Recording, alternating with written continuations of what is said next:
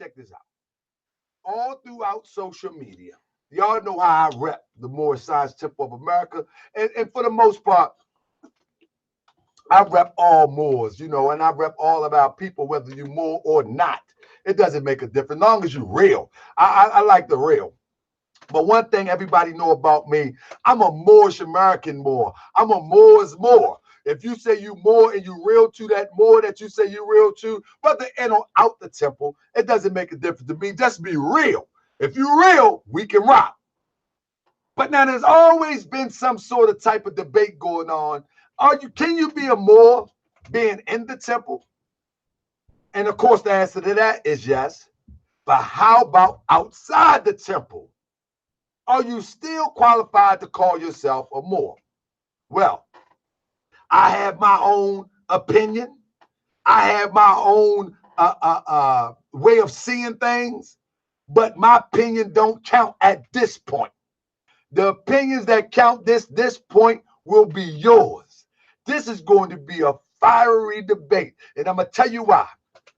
Behind the scenes, these brothers are brothers, and they acknowledge the brotherhood of one another. If they don't acknowledge the brotherhood of one another, we wouldn't be doing this on my platform from the motivation of aggression or disrespect or anything of that nature. So these are two brothers. These are two qualified, scholarly brothers who has a different perspective as it relates to the teachings of the Prophet Noble Drew Ali and historical account, if you will. I don't know at this point. We'll all find out in a minute. But the point of the matter is, when we have debates, listen, family, let's stop acting like this European. That's first and foremost. Because the moment that I put up that we're going to have a debate, y'all begin to think that it's going to be some foolishness shenanigans. These guys are professionals. Brother Ishmael Bey, he's a professional. He's not, and I'm not talking about YouTube, and I'm not talking about social media. I'm talking about in his personal life. He's a professional. Dr. Gabriel Hernandez-El, he's a professional. For the sake of understanding, put your hands in the baby ears real quick. Real quick, put your hands in the baby ears. These are not niggas. And I said it. These are not Negroes. These are not black people. These are not colored folks. And what I'm talking about is a character. These are not them. These are two scholarly brothers that are willing to put it on the line, and in order to let people gain a better understanding of a position as it relates to being a Moorish American. That's it. This is not child's play. This is not making a mockery of the teachings.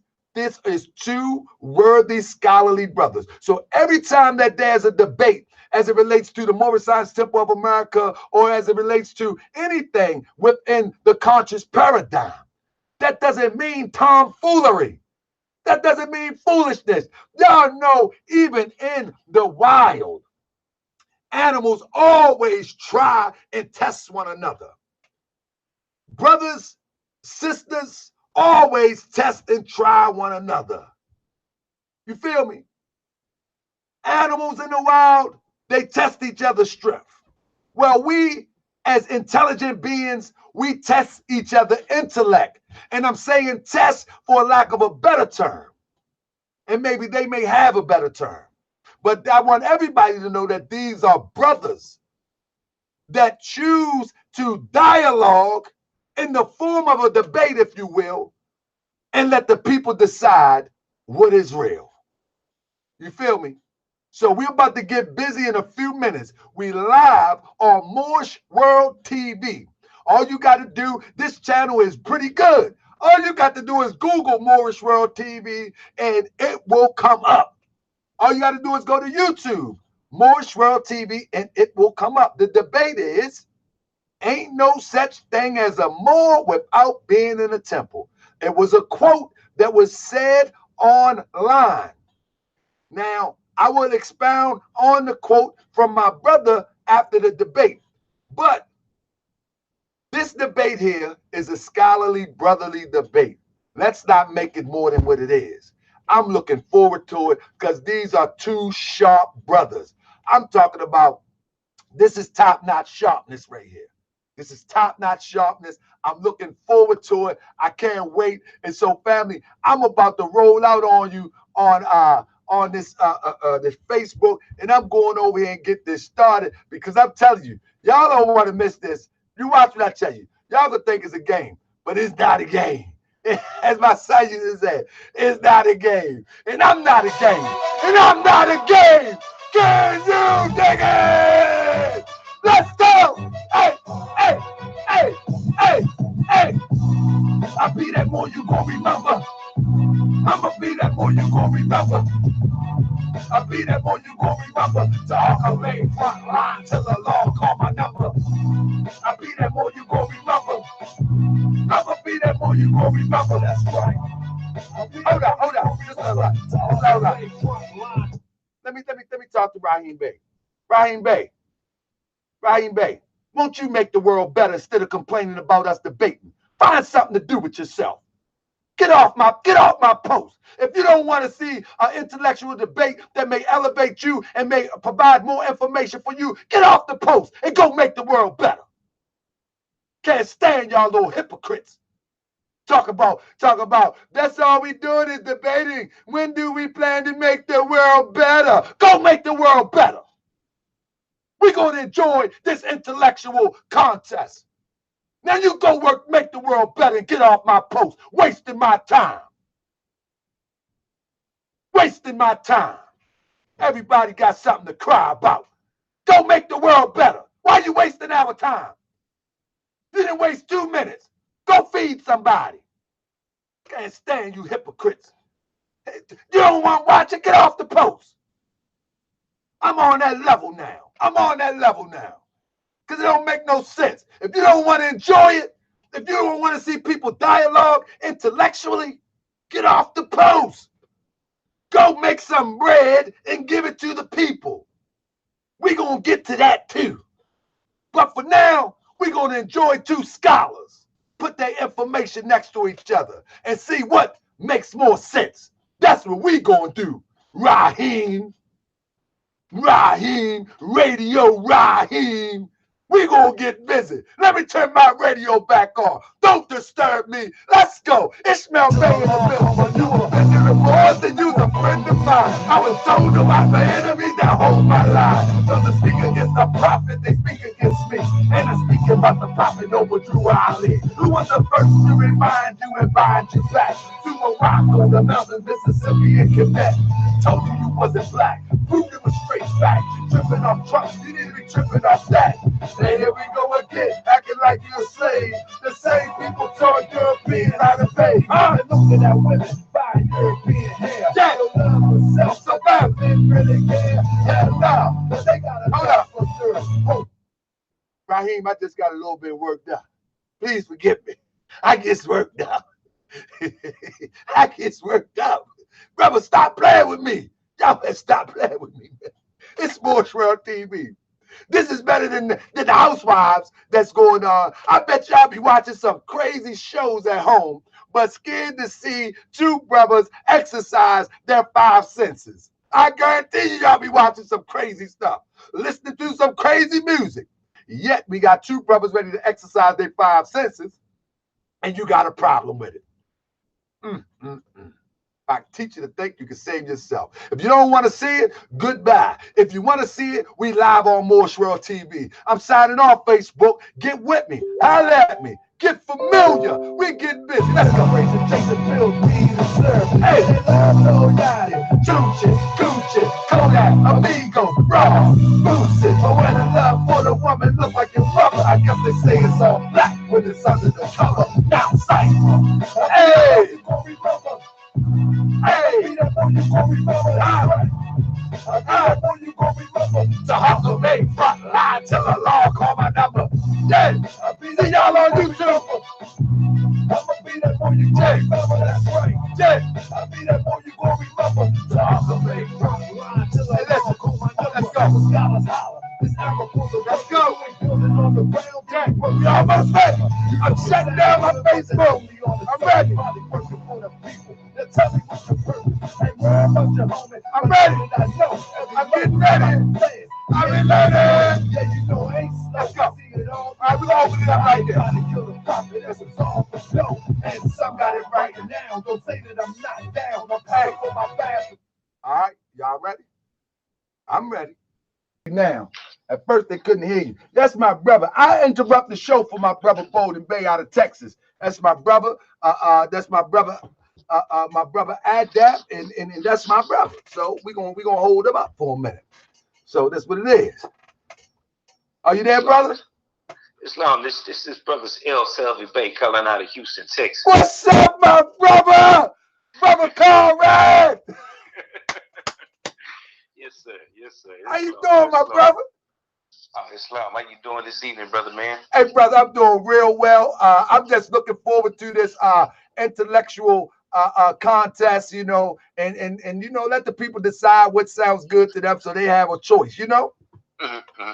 Yeah, you know, Moor, this is a real controversial topic, man, and there's no strange happens. We were actually building on this particular topic during Sunday school.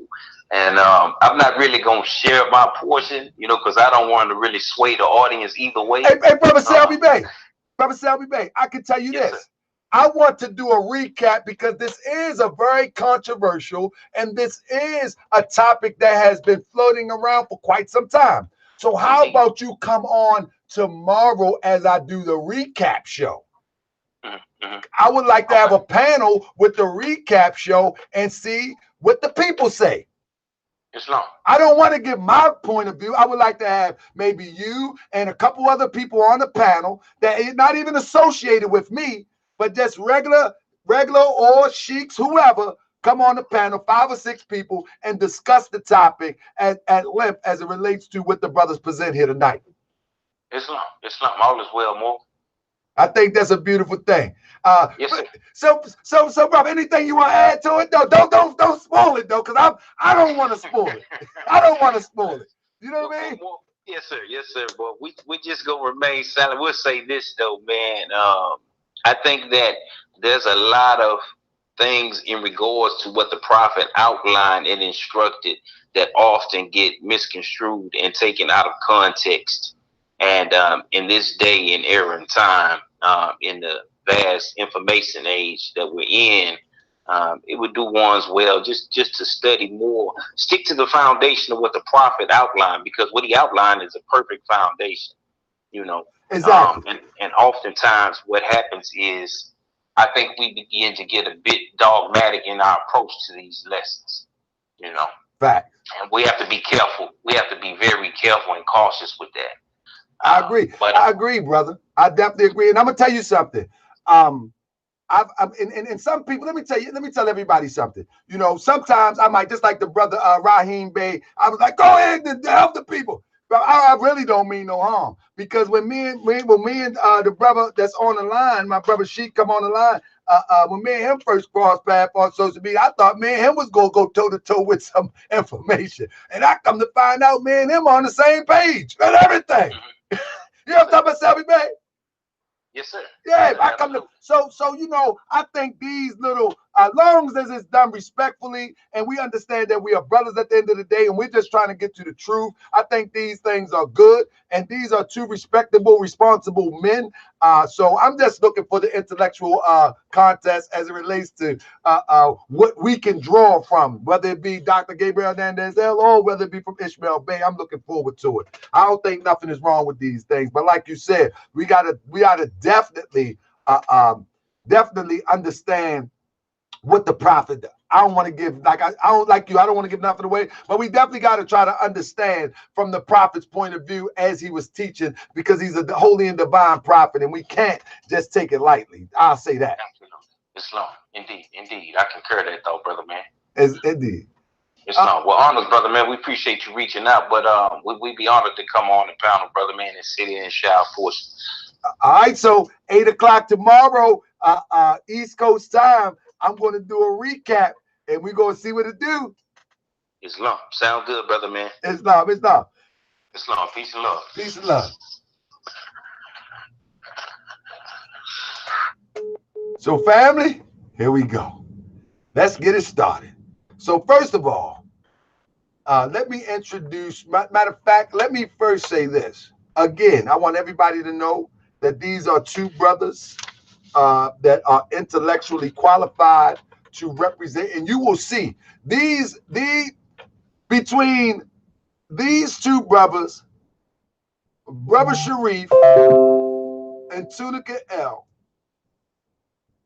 and the twins, Alende L, and they don't do debates and nothing like that.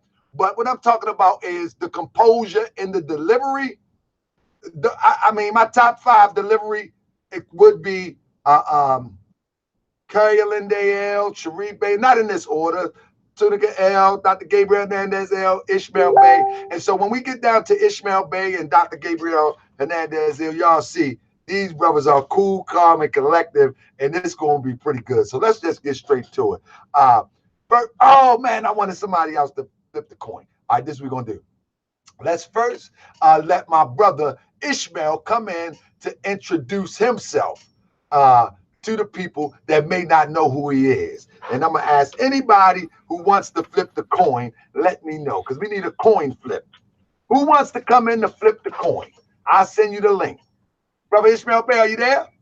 Peace and blessings, Brother Tahaka. How you doing, brother? Hey, brother, I'm doing real well. I'm looking so forward to this. Y'all was in the back chat yesterday, going toe-to-toe, blow for blow, intellectually. I'm looking forward to this, brother. Introduce yourself to the people. You know you my right-hand man, my sidekick. And then on the flip side of that, this my Grand Sheik.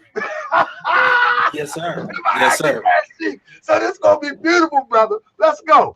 Well, I certainly hold high honors to you. I certainly offer high honors also to brother Dr. Gabriel Hernandez L. I think we're going to have a good, lively debate, and we're going to address some misinformation and some information that's going out to the public, because we need to make sure that we're putting out accurate information. But I certainly do want to thank you, for welcoming me here on Moorish World TV. I want to welcome all of your listening audience, those who are listening and tuning in on the show, and those also in the chat room. I think you always regulate, and you have a very good show, brother. And I think we're going to have a good, lively discussion tonight, a good, lively debate tonight. And I think that, the people are really going to benefit now and also in the future. So, again, thank you for having me, brother. Yes, sir. Yes, sir. I ain't doing that right here. How about my brother, Dr. Gabriel Hernandez? Brother, introduce yourself. Let's go, brother. Islam. Can you hear me? Yes, sir. I can hear you well, brother. Islam to you and the family. First I rise. I want to give all praise to Allah. I want to send high honors to his prophet and to the forerunner. I also want to honor everyone in the chat, everyone, witnessing this. Also want to honor the brother Ishmael Bey for coming on, and you as well, Tahaka. Islam. Islam. So what I'm going to do is this. I'm going to do this. What we're going to do is, this is how the debate going to go. It's going to be a 10-minute opening round, and it's going to be a 20-minute presentation, but you can use whatever you want. 10-minute close and 5 questions apiece. I say it again. 10-minute, whoever opens first, get 10 minutes. Then I'm going to time when that's done. And y'all wasn't even aware of this. Family, they wasn't even aware of this, that I was going to do a format. So it's 10 minutes opening, 20-minute presentation, 10-minute close, 5 questions apiece. And that's what we're going to do. But before I do that, let me do this real quick. Let me get somebody on the phone right now. Give me 1 second, family. Work with me, because I want this to be fair. So let me see if I can get somebody on the phone. All right. Let me see if I can get somebody on the phone real quick. Try to get Moorish American on the phone, because we got to make this fair, and we got to make it smooth, make it go by smooth. See if I can get somebody on here. Where are the Moorish Americans at? Temple ain't open. Temple open night. What's going on? Hold up. Let me try one more. I know a lot of Moorish Americans, I think. Let me see. See what I got up here. All right. Here we go. I got one up here. I got one here. Let me see if I can get this. Thank you. Maybe Star was messing with my mind. I think I got one. So what I'm trying to do is it. Islam, are you there? All right, brother, do me a favor. I need you to take a coin out your pocket and flip it for me. And then I need you to text me what it land on. That's right. And then I'm going to tell the brothers to pick. Okay, take a coin out your pocket and flip it. Right? This is, introduce yourself, brother. I'm C. Talik from the Moorish Miles of Mission 28 in New Jersey. Islam. So, brother, go ahead and flip it, right? And then text me what it is, and then I'll show it to them after they pick heads or tails. Let's do it. You want me to take a picture of it? All right, cool. You can take a picture of it, whatever. All right. All right. Let's go. Okay. So who got heads and who got tails?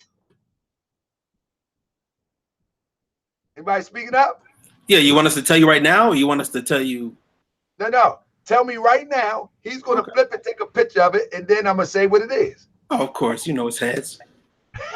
Ishmael called heads, and we're going to wait for him to send me the picture, and then we're going to start this. So if it's heads, Ishmael goes first. If it's tails, then my brother Gabriel Hernandez, they'll go first. This is going to be good, family. That's why I had to do it official. I didn't have somebody else here. I wanted to bring somebody in and do it, but I said, hold up, how else can I do this? Come on, Talik, we got to get busy now. We got to get busy. So family, I want everybody to share this thumbs up. We got 84 people in here. Subscribe to the channel, thumbs up, do something for me. We got 3 thumbs down, and they ain't even said nothing yet. I ain't even start nothing yet. You know what I'm saying? This is ridiculous. Everybody, come on, give me a thumbs up. See, this what happened with the thumbs up. If you like the Moorish Science Temple of America, you like the teacher of the Moorish Science Temple of America, with Facebook as well as YouTube, when you like something or you thumbs up something, what happens with that, it makes it goes into rotation more heavy. And so if we want people to get this information, then we got to do what we got to do. Let me read some of these chats while my brother sending me the thing. I was told that all Moors. Here we go. Family, I got to give it to you. Here we go. See if anybody can see it. It's tails. I don't know if you can see it.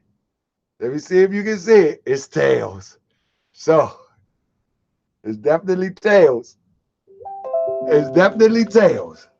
So with that being said, Gabriel Hernandez, you get to go out the gate. Islam. So, matter of fact, I'm going to show you what he wrote.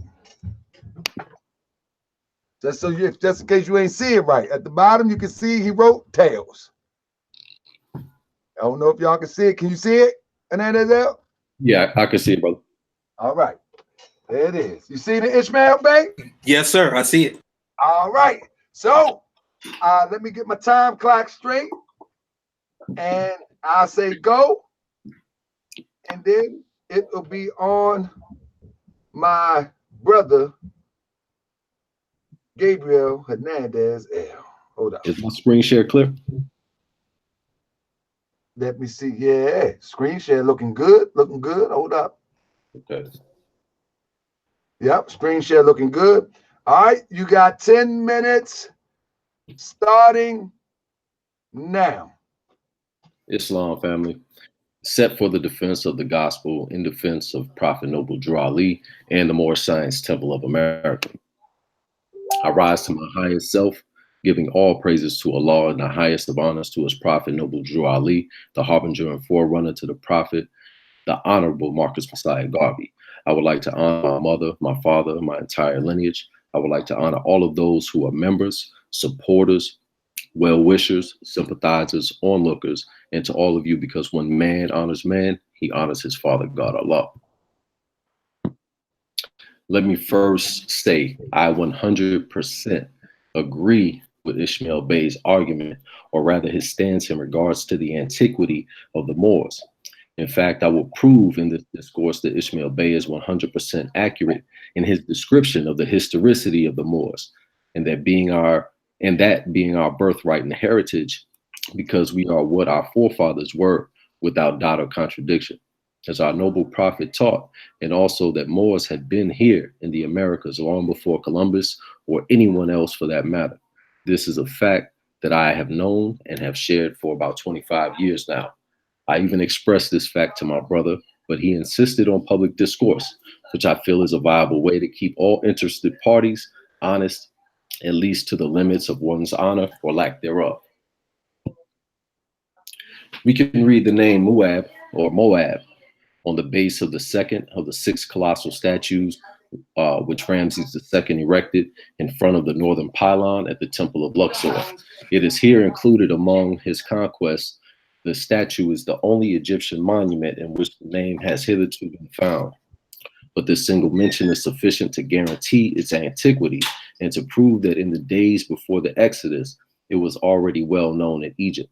Patriarchal Palestine, page 22, by Professor Archibald Henry Sayce, 1895, Assyriologist and linguist who held a chair as professor of Assyriology at the University of Oxford from 1891 to 1919.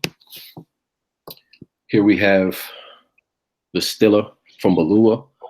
This is a Moabite king receiving the scepter of rule in Egyptian style, 13th century BCE. That is over 3,000 years old, 3,300 years old approximately. You can see the brothers donning the fez. You can see the tassel hanging. And you can see, if you notice, their garb, their dress is of an Egyptian style. That will come up later in the presentation to better make that clear. The Mesha stela, the Moabite stone, circa 840 BCE. So this is around 2,800 years old, almost 3,000 years old. Again, revealing the antiquity of the Moors. Okay, here's another example, the Geneva Bible from 1599. If you type in Moor, you will get 8 Bible results, 8 results showing the term Moor used in the Geneva Bible, specifically Jeremiah 13:23. Can the black Moor change his skin or a leopard his spots? That may ye also do good that are accustomed to do evil. Jeremiah 38:7. Now when Ebed-Melech, ye black Moor, one of the eunuchs, which was in the king's house, heard that they had put Jeremiah in the dungeon, then the king sat in the gate of Benjamin. Jeremiah 38:10. Then the Ebed-Melech, the black Moor, saying, take from him 30 men with thee, and take Jeremiah the prophet out of the dungeon before he died. So again, this is dated 1599, but it's based on a story from much earlier in history. Also, you can reference Light and Truth. This is one of the early Moorish Americans, Brother Robert Benjamin Lewis. Micah the Moorishite, a prophet of the Moors, prophesied in the days of Hezekiah, king of Judah, and spake to all of the people of Judah, the Moors, saying, thus saith the Lord of hosts, Zion shall be plowed like a field, and Jerusalem shall become heaps of forest. Micah showeth the wrath of God against Jacob for idolatry, etc. Enjoy this particular piece when you have time. I'll continue to read. It is the visible sign of lower and upper, of Meh, north, the abyss, and Ru, horizon and steps. And it is feasible that the name of Tameri is the land of Meru, whence Meru and the ancient Meroe was once the capital of 2 Egypts under this name. The first lower and upper were north and south, but the Maori or Maru is north and west. And this is in keeping with the Meh, north, and the Ru is the horizon, west. Meroe in Ethiopia was due north from the equator, but reckoning from Central Africa or from Habesh or Abyssinia, we shall find the land of the ancient Mari, Mauritania. Howsoever, the district was bounded at different times. It was always to the northwest of our center, which travels from the equator down to Lower Egypt. Thus we have a Mari for the country northwest in Africa, answering to the Maori name of northwest as Maru. This shifts the duality of Meru or Maru from north and south to north and west, just as it was shifted when the hinder part west was called Ket, as the place of going down instead of the north. This name for a land lying northwest of the Africa Center, always reckoning from the south, would deposit the name of the Mari land, Marica, the duplicate form in Morocco, as the Mari or Moors went farther north into Spain or Zephon. Excuse me. From these and other data may be drawn the influence that the Maori people were self-named as the immigrants who came from the northwest, one name of which Maru, Egyptian Meru, Maro, or the Meru, the Mari name is in that of the later Moors, and of land under the Tropic of Cancer and northwest of the equator, as well as of Ethiopia. The typical birthplace and the name of the Moors found on the Egyptian monuments is written Mari or Marui. In the book Egyptian Romany, The Essence of Hispania by Mustafa Gadala, on page 150 we read, this combined alliance of rulers, Berbers and Arabs, mercenaries and tax collectors, had a common origin, Moabi, desert region. Diodorus book 1:28, 1-4, tells of an Egyptian colony at present-day Moab, as we discussed earlier, which is the origin of the Arab and Jews who collaborated to govern in Iberia, that the nation of the Koki and Pontus and that of the Jews, which lies between Arabia and Syria, were founded as colonies by certain immigrants from their country, Egypt. And this is the reason why it is long established institution among these two peoples to circumcise their male children, the custom having been brought over from Egypt. Prophet Noble Drew Ali says, the Moabites from the land of Moab, who received permission from the pharaohs of Egypt to settle and inhabit Northwest Africa, they were the founders and are true possessors of the present Moroccan Empire, with their Canaanite, Hittite, and Amorite brethren, who sojourned from the land of Canaan, seeking new homes. I know that Brother Ishmael Bey probably doesn't feel like I heard or understood his point due to the fact that I agreed with Grand Sheikh Heru Renisi when he read a post that I made on Facebook where I quoted the Grand Sheikh. The fact is that I 100% agree with Ishmael Bey on the antiquity of our people, as I just have shown. And I agree with my brother Heru Renisi, to whom I extend honors for his tireless work in the community of Atlanta, Georgia. The quote that has every Moor outside of the temple catching feelings is as follows. Ain't no such thing as a Moor without being in the temple. Grand Sheikh Heru Renisi. What we have to consider here is, what is the context? What is context? Context is the circumstances that form the setting for an event, statement, or idea, and in terms of which it can be fully understood and assessed. The decision was taken within the context of planned cuts and spending. Synonyms: circumstances, conditions, factors, state of affairs, situation, background, scene, setting, etc. Let me be clear, Ishmael. I agree with your perspective. To loosely quote Sharif Anil Bey, you do not know enough about the topic to debate it.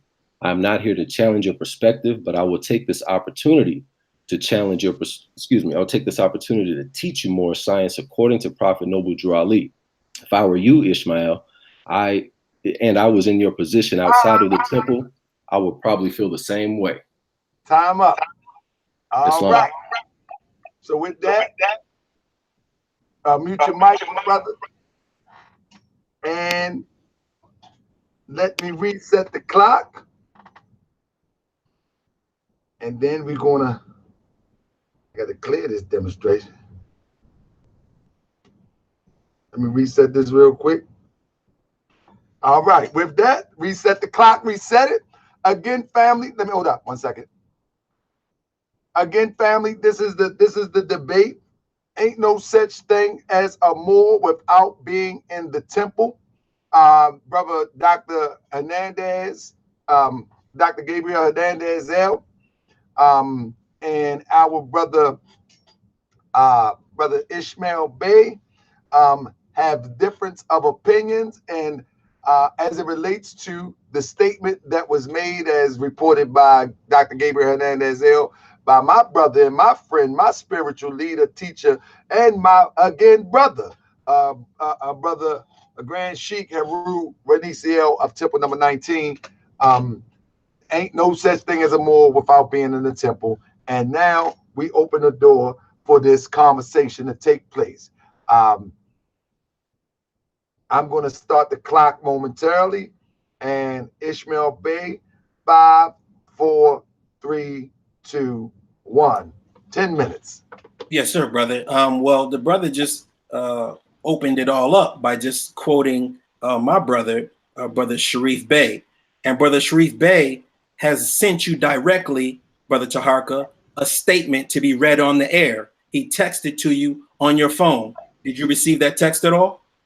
The only thing, brother, I don't want to get in the middle of the debate. Well, let me read to you what it says, and you tell me if it's not verbatim what Sharif Bey sent to you, because he sent it to me also. This is live time.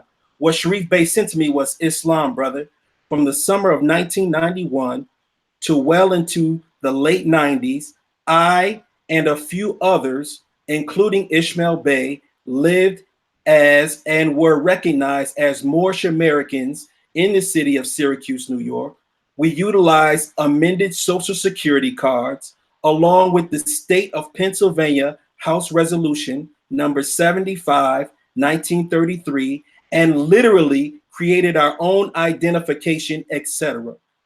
I'm not stating what we did or how we did it was right, but it was a fact that we lived as and were recognized as Moorish Americans before I ever became a member of the Prophet's organization. I'm in that organization simply because the Prophet is right and the world is wrong. Peace. Is that not what Sharif Bey just sent to you, brother? It's not. Now, that is an open and shut case of what this is all about. We were recognized as Moorish Americans before we ever stepped foot in any Moorish Science Temple of America. I've never stepped foot in one Moorish Science Temple of America temple in my life and recognized as a Moorish American. That means that statement was 1000% false. So him agreeing with me on the history of the Moors, that's a great thing. But we're dealing with the here and now. I already know the history of the Moors. The public already knows the history of the Moors. He never answered what the whole debate is about. All of that stuff that you just heard for 10 minutes was all smoke and mirrors. Nobody has time for that. We are already in agreement with that, which he already said that he's in 100% agreement with me on that. That's great. However, what you were absolutely wrong about was that all Moors had to go through the temple. The man you just quoted just lifetime G-checked you and proved me 100% right. Not just him, me, I did it. Billy Denham L did it. And there's a whole crew of other people who did it, who are Moorish Americans and never stepped foot in the temple. So he has no response to that. He has no answer for that. Nobody can refute or dispute the fact that I'm one of the top Moorish American scholars on this scene. Can't nobody touch that. And that's a fact. So you can't tell us the experience of what we lived and something that we go through every single day. We give high honors to Prophet Noble Drew Ali. And we understand how misinformation comes out. But what you're not going to do, brother, that goes for you and anyone else inside of the temple. You're not going to try to redefine the game. You're not going to try to rearrange the history and then try to force everyone to come inside of the temple and only face recognition coming through your doors. That's not going to happen. That's a cult. And we're not going to enter into that because that is not what Noble Drew Ali taught.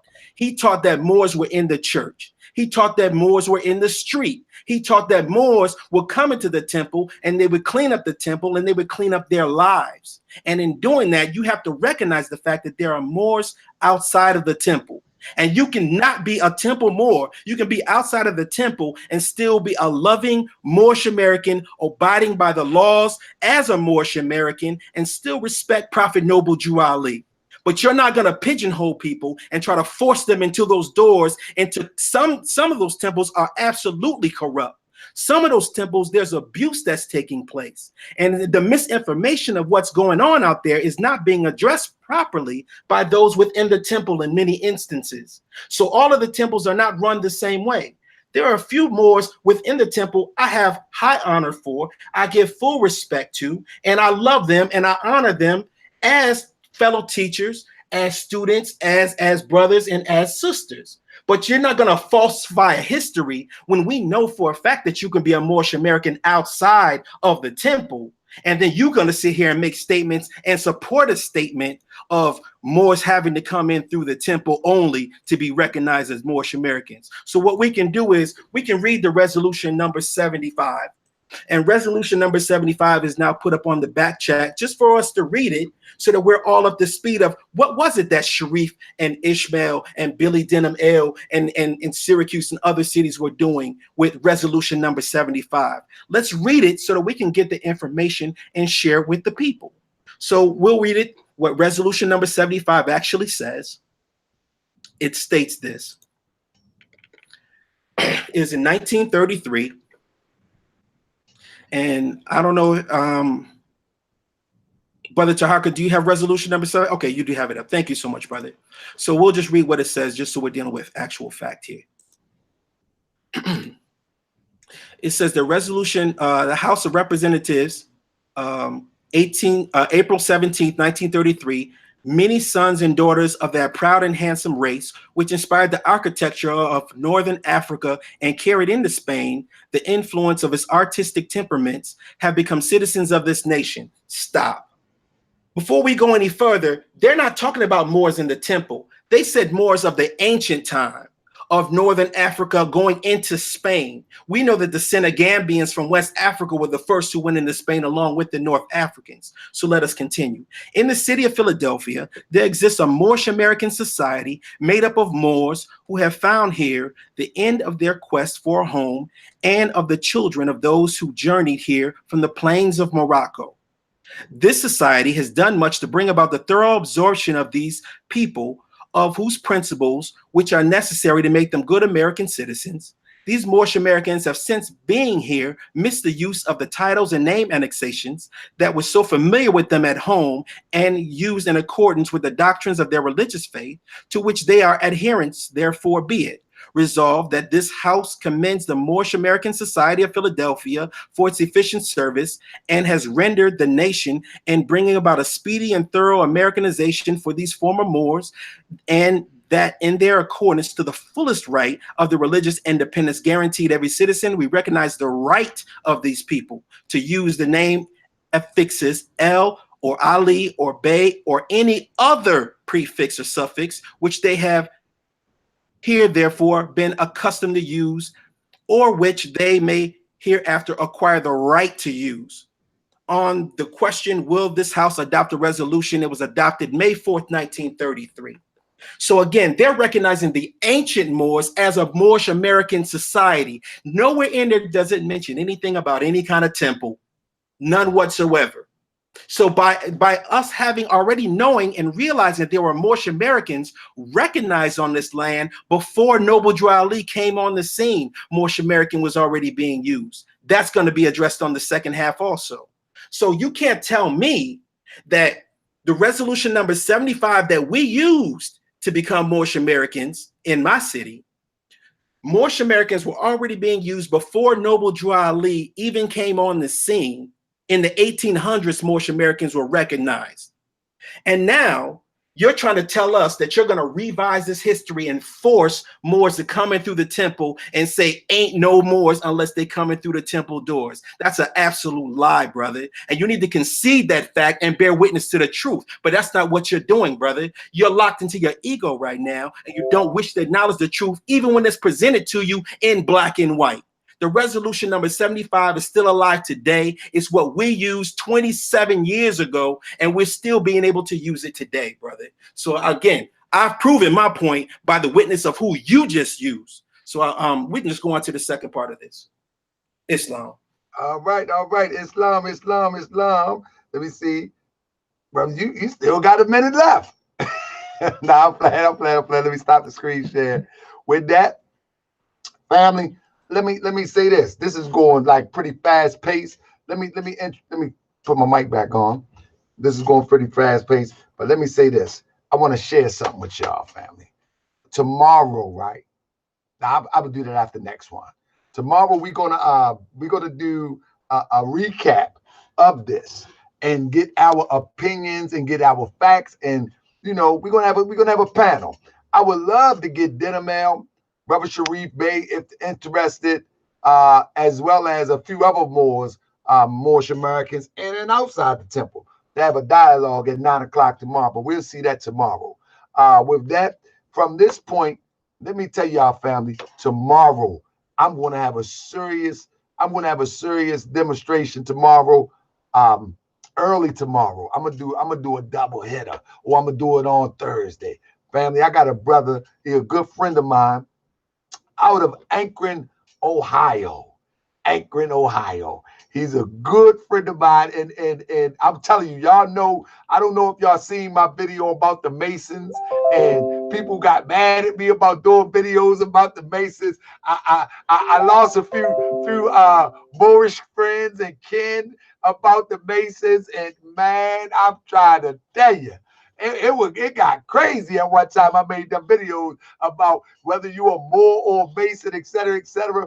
But it was one brother that seen these videos. I did about 4 of them that seen these videos, and he and ironically, Ishmael Bey sent me the link where the brother made a response to this video, and I was going in per se. I never take it personal, but I was kind of going in, and the brother made a response, and that response, man, it touched me because the brother was like, I feel you, but you got some things wrong, brother. Man, feel me before they kill me. Let me break this down to you about this Mason thing. And the brother just was smooth as a hot knife going through butter. And with that being said, brother, tomorrow, family, he is going to be on the show. He's going to be on the show tomorrow. And the show is going to be called Interview with a Mason. This is my brother, Harry Akeem. Oh man, this brother, this is going to be a good one. I'm going to give it the raw. I ain't gonna put no cut on it. I ain't gonna put no. I'm telling you, if you've seen my videos addressing brothers in the Masonic temple, I don't ever feel I've been disrespectful. I just came with some pertinent questions. And so tomorrow, this brother going to be on the show. He has his own YouTube platform. I just love how the brother delivery is. And one thing that he stresses is that there got to be some way that we can demonstrate all degrees, Mason, Moorish, Kemetic, whatever you choose to subscribe to. And the brother saying is, feel me before they kill me. And so he going to be on here tomorrow night. And hopefully we can get a panel together. And at 7, if I can't get the panel together tomorrow, then we'll do the panel on Thursday. But at 7, I'm going to go ahead and do an hour panel on this discussion. With that being said, my brother, Gabriel Hernandez is up next, and his time will be, let me reset the clock. That's going to be good. My interview with a Mason, man. I love that brother. You feel me before they kill me. That's going to be serious. So let me reset the clock. And my brother, Gabriel Hernandez has 20 minutes starting now. Islam. All right, back at it.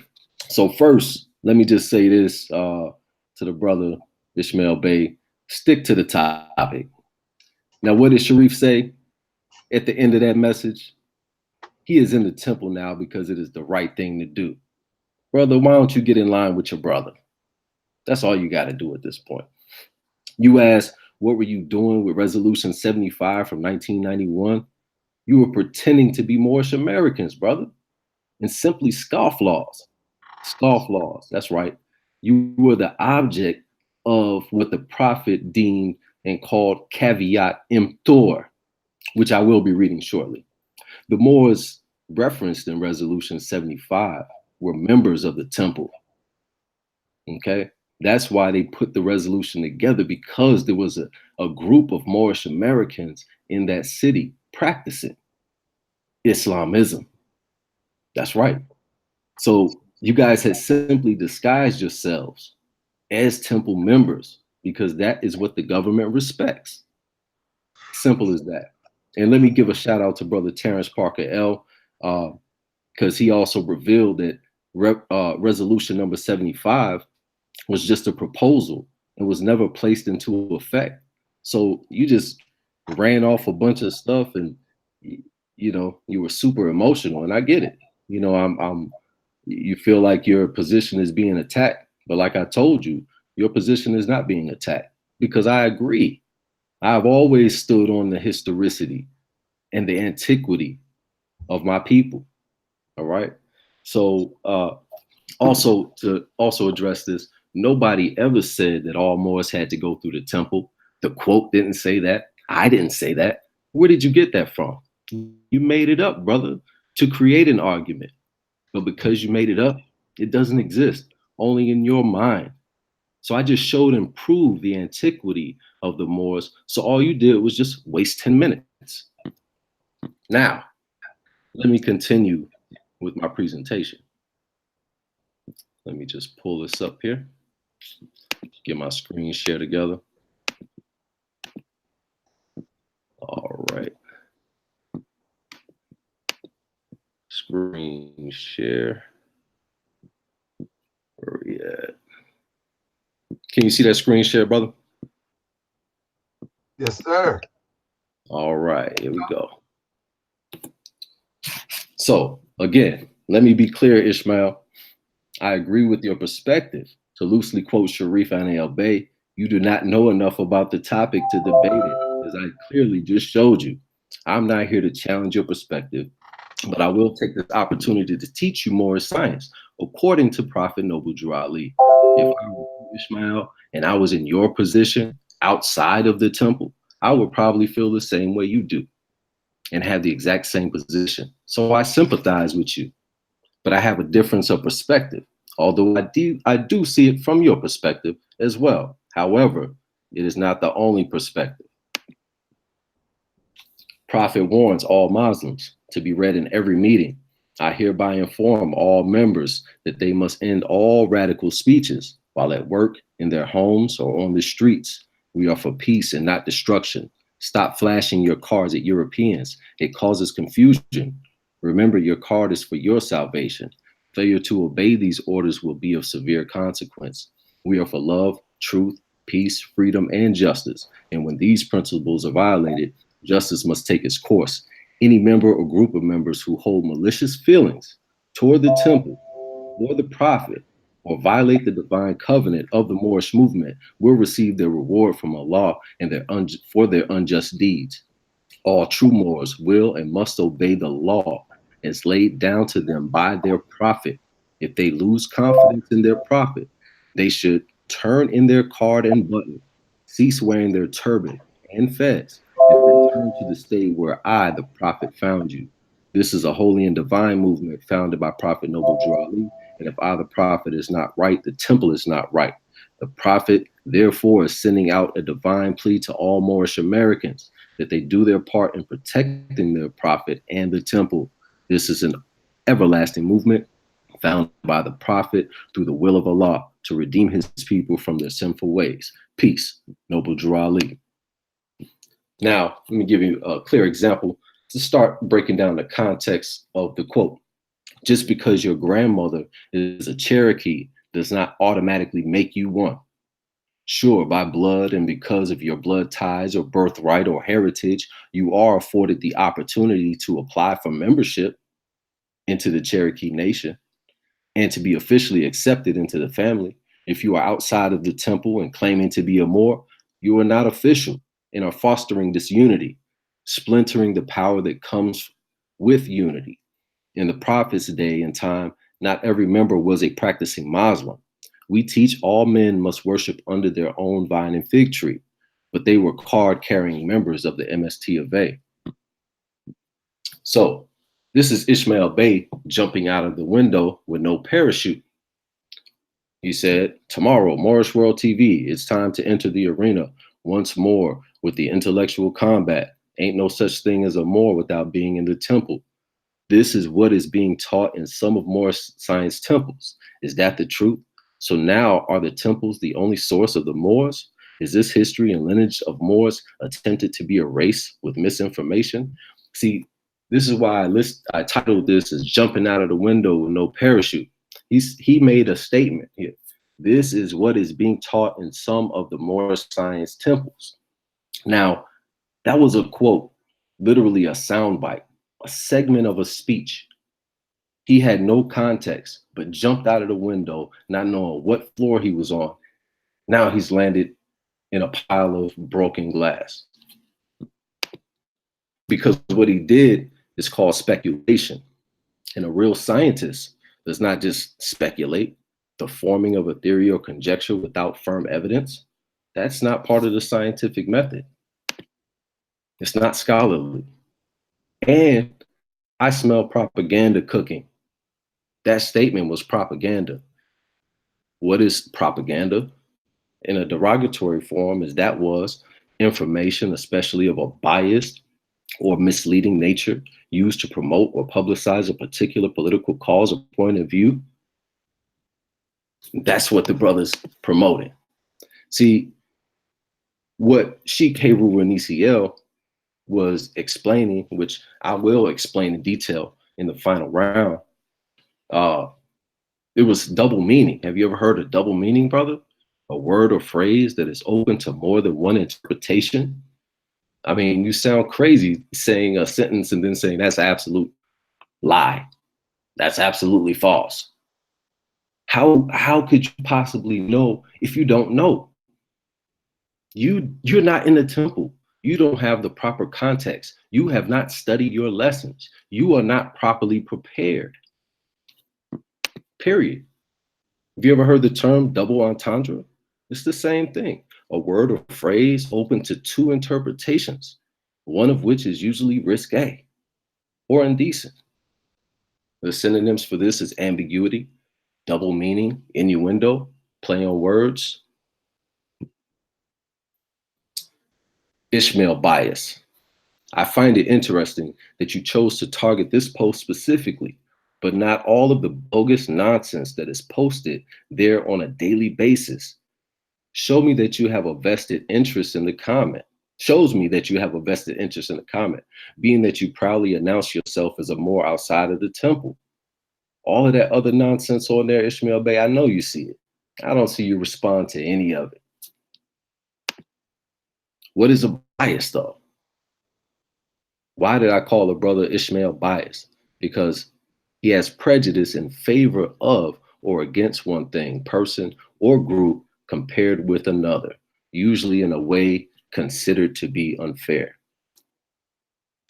And matter of fact, let me go back to that.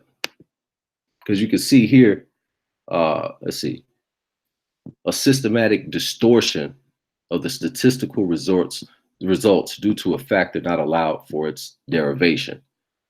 He put information saying the temple was teaching something, which is not the case, because he had no context. He did not understand the meaning. And since he didn't understand it, he claimed that it was false. Well, we're going to clear it up. Prophet Noble Drew Ali knows the people within his ranks who are interested. They are the vanguard of the movement. As the Moorish hordes increase here in America, all of the Moors are active, not passive. A member's interest can only be, hold on, give me 1 second. Can everybody hear me? Can you hear me, Brother Soccer? Islam? Islam. Okay, I just want to make sure. The chat, brother. I can hear you very clear. Remember the last time I was on a 20-minute demonstration, the thing went off. I came back, the brother was just cussing. So let me. You good. I watched the chat, taking notes. Islam. So all of the Moors are active, not passive. A member's interest can only be in one direction, and having traveled over the road years before, the Prophet knows where every member is along the road. A few feet below is another road where schemers work, where traitors grin, and culprits bask in the sun. They think they are on the same road with true Moors, but the Moors are high above on a pinnacle where they might view the destructionists as they fall for the last time and their bones bleach in the sultry midday sun.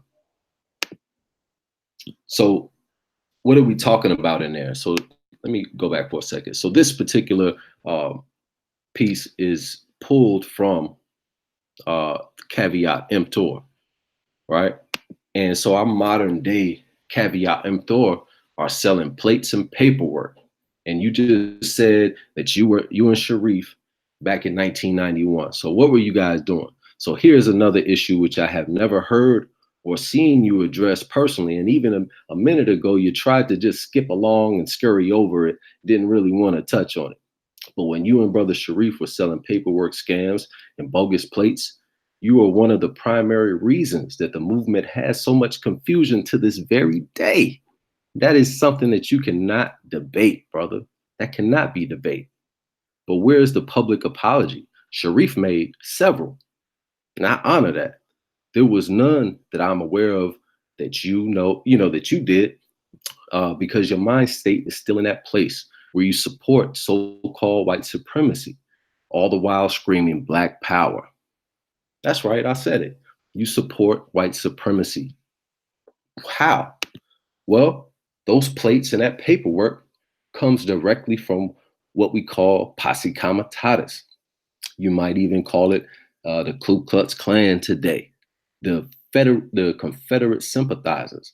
So posse comitatus is loosely organized far-right social movement in the United States starting in the 1960s, whose members spread a conspiracy-minded anti-government and anti-Semitic message in the name of white Christians to counter what they believe is the attack on the social and political rights.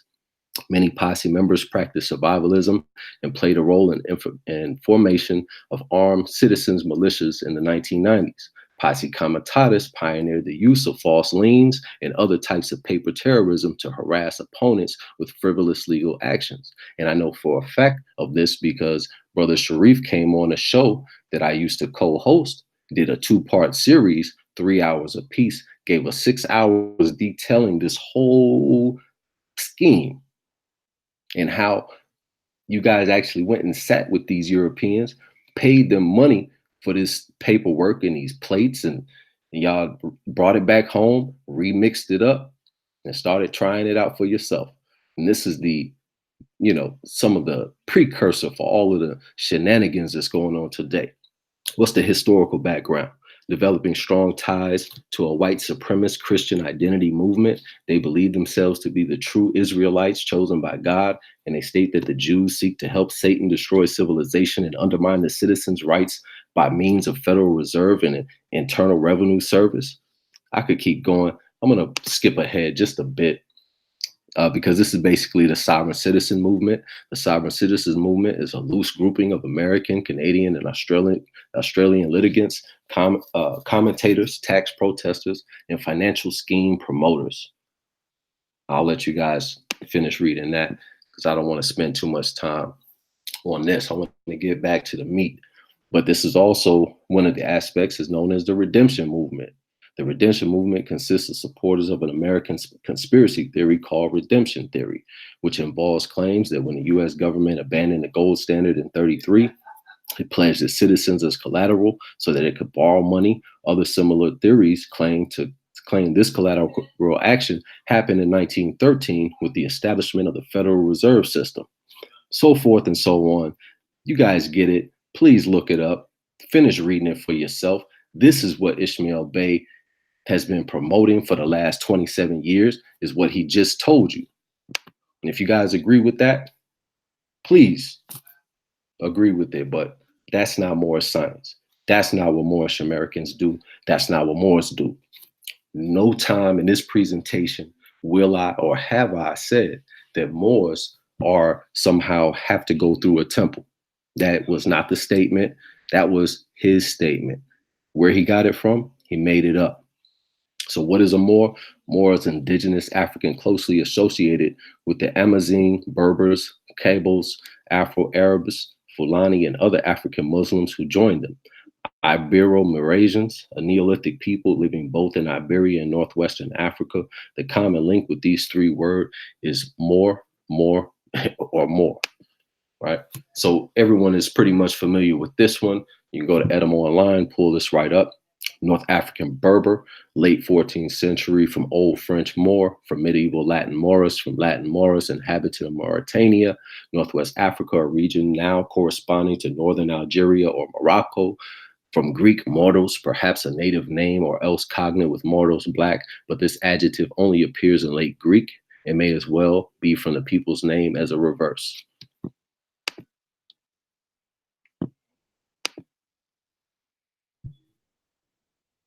Let's let the master teacher speak.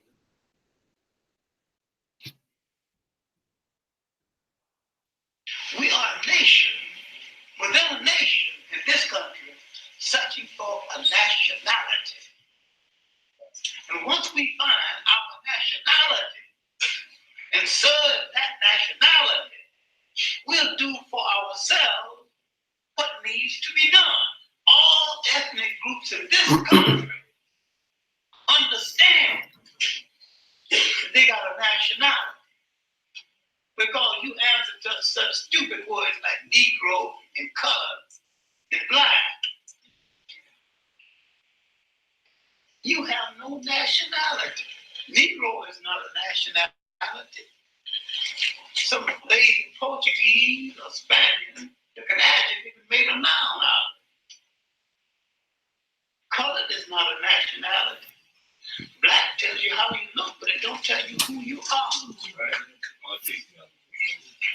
The name of a people must relate them instantaneously to land, history, and culture. And anytime you call a people by that right name, anytime you call a people, name a people, and fail to relate them back to land, history, and culture, you have called us out of their name.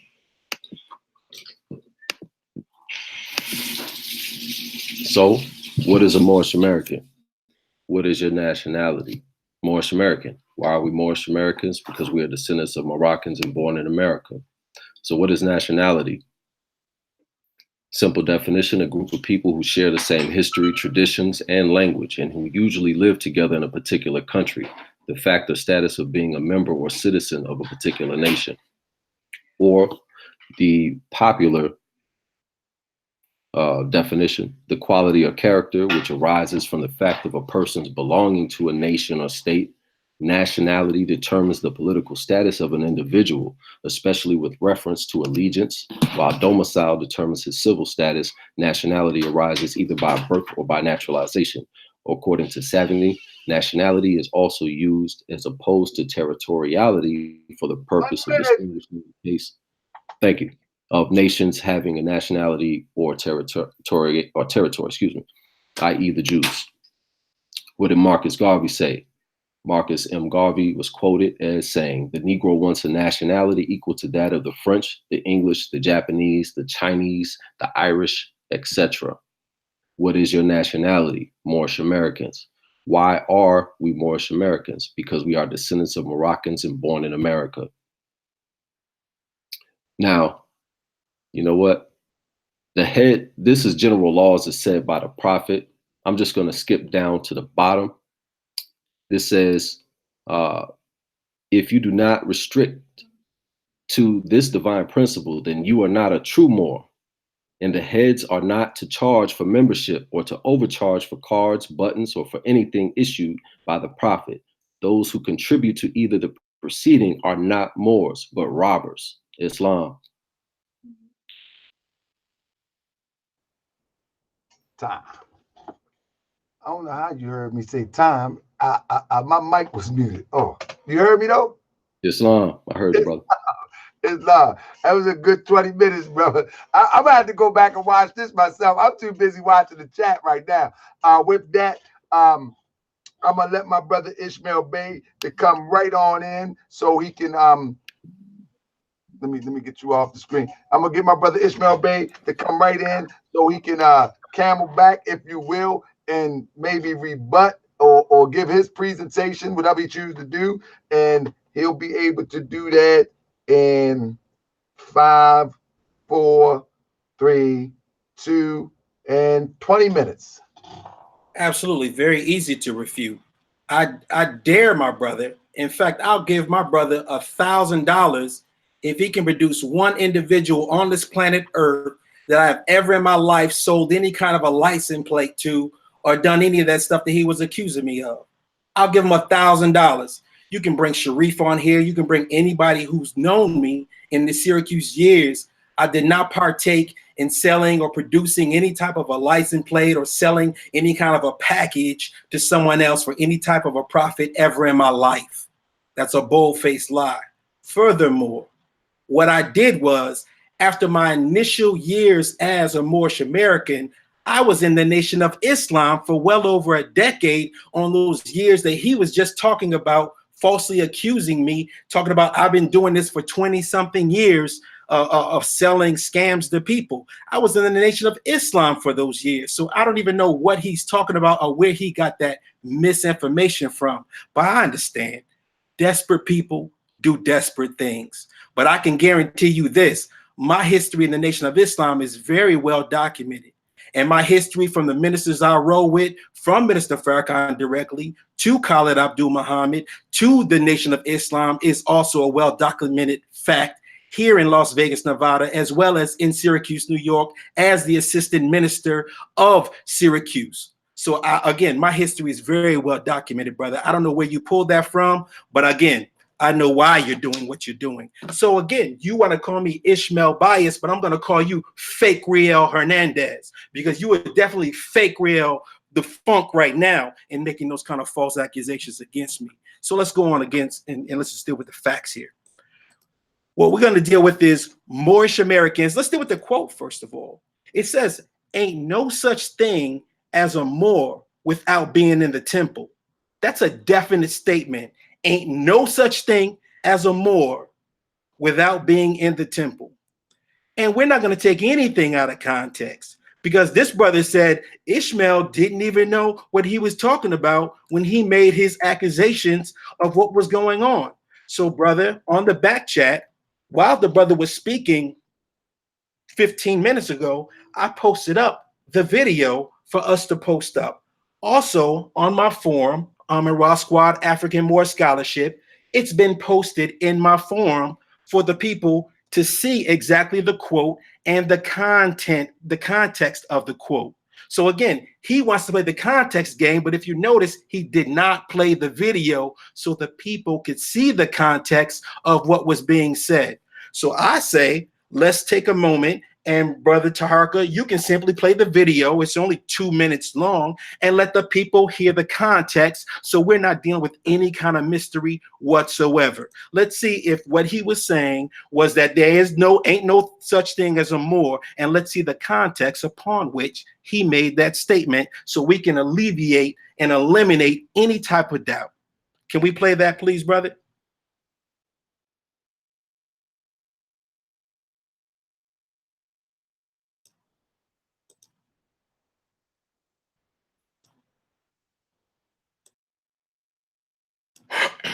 So I'll tell you what, while we pulling that information up, we'll just go on to another point, and we'll get with Brother Taharka so that he can pull that up in just one moment.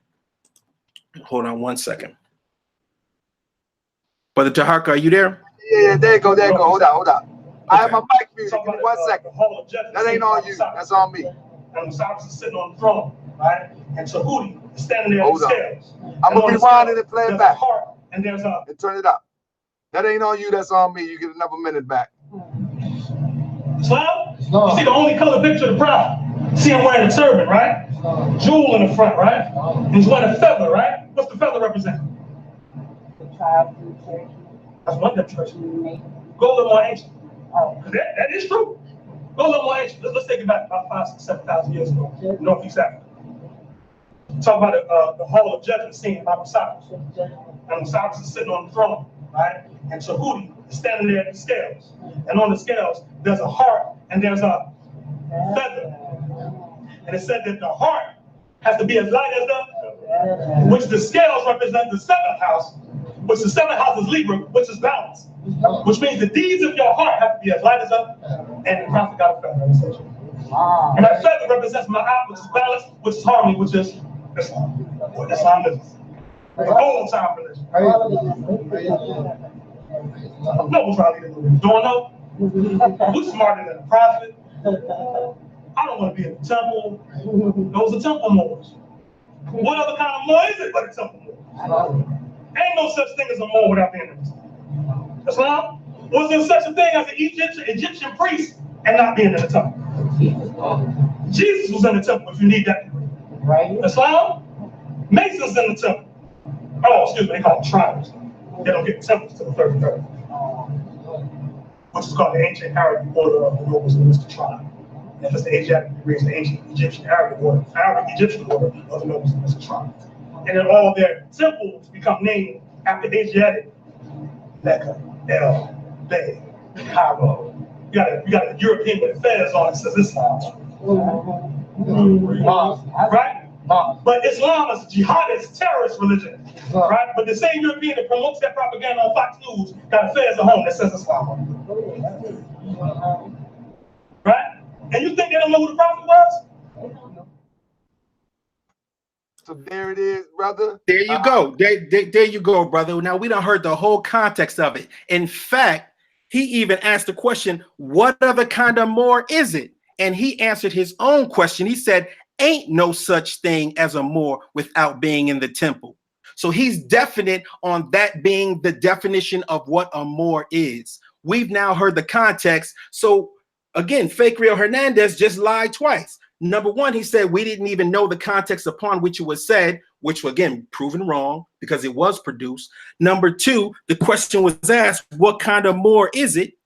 Ain't no such thing as a Moor without being in the temple. He answered his own question. So again, it's not open to interpretation or context. The context was placed by the individual who made the statement in the first place. Other point that he made earlier, he said that if your grandmother or your mother is a Cherokee, that doesn't make you a Cherokee. That's emphatically wrong. Just because the white man doesn't federally recognize a person as a Cherokee, that does not make the child not different than the mother and the grandmother and the great-grandmother, et cetera, et cetera. You are what your forefathers were without doubt or contradiction. He's trying to put doubt and contradiction into this conversation. By him making that statement that just because a person it can't be recognized as a Cherokee because their grandmother was a Cherokee, again, that is an absolute lie. You are absolutely what your forefathers were, without a doubt and without a contradiction to it. So again, they're trying to remix the whole history of how we recognize ourselves. You are absolutely what your mother and what your fathers were by your DNA, by your spiritual connection, by your cultural, by your ethnicity. You're 100% are. You are what your mother and your father are. But that's not what he's teaching. And that's what I'm talking about. There are people in the temple that are twisting up the facts. There are people in the temple that are twisting up the history. So now you got confused people saying, I ain't African. When you know for a fact that if you did your DNA tracing, it's going to lead you back to the motherland. But that's why there's all that confusion that's taking place in those temples, because you got individuals trying to tell you you're different than what your grandmama was. You're different than what your great-grandmama was, and you're different than what your great-great-great-grandmama was. That's misinformation, and that's a blatant lie. So we need to understand that we need to deal with the truth in its totality. We understand that as America, we are a Creole people. This is a Creole culture, a mixed culture. So we have English names. That means that somewhere along the line, you had some English in there, or you had some of us had Native American history in us. So again, we're supposed to be more scientists, but we don't just pick and choose what type of science we want to deal with, whether we put it in the DNA form or we just put it in the lineage form. You still are what your grandmother and your great-grandmother was, without a doubt or that contradiction, that you're here because of them. Every one of us have a belly button. That means that we were connected to a lineage that came before us, but that's not what he's teaching. He's teaching you that if your great-grandmother was a Creek, then no, you're not a Creek at all. because he's putting the emphasis on what the white man is saying. If the white man says that you're not a Creek or you're not a Cherokee or you're not whatever, then he's saying that you simply don't exist. No, we cannot be going for that misinformation any longer. So again, we're going to present the facts and the information.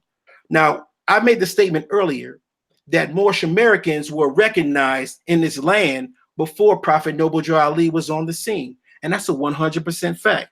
On the back chat, I just posted up the archive on page 270. We'll deal with the book.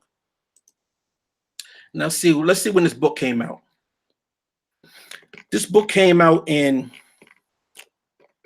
1893. 1893. So let's see what we got here. We're going to deal with the facts. You know, we got time. 1893. The name of the book is Morocco as It Is, with an account of Sir Charles Ian Smith, recent mission. And we'll take it to page 270. Again, page 270. And let's see what it says. Because again, it's just more misinformation. On the paragraph number 2, it says, but money is money after all. And my companion this time was a Moorish American. This is a Moorish American being recognized. In fact, it says, when darkness set in the American Khalifa, led us to ride back to Tangier, and the villagers dispersed to their homes. So Moorish American was being used again in the 1800s before Noble Drew Ali was on the scene. So what is he talking about? Ain't no more without being in the temple. What is he talking about? That's misinformation.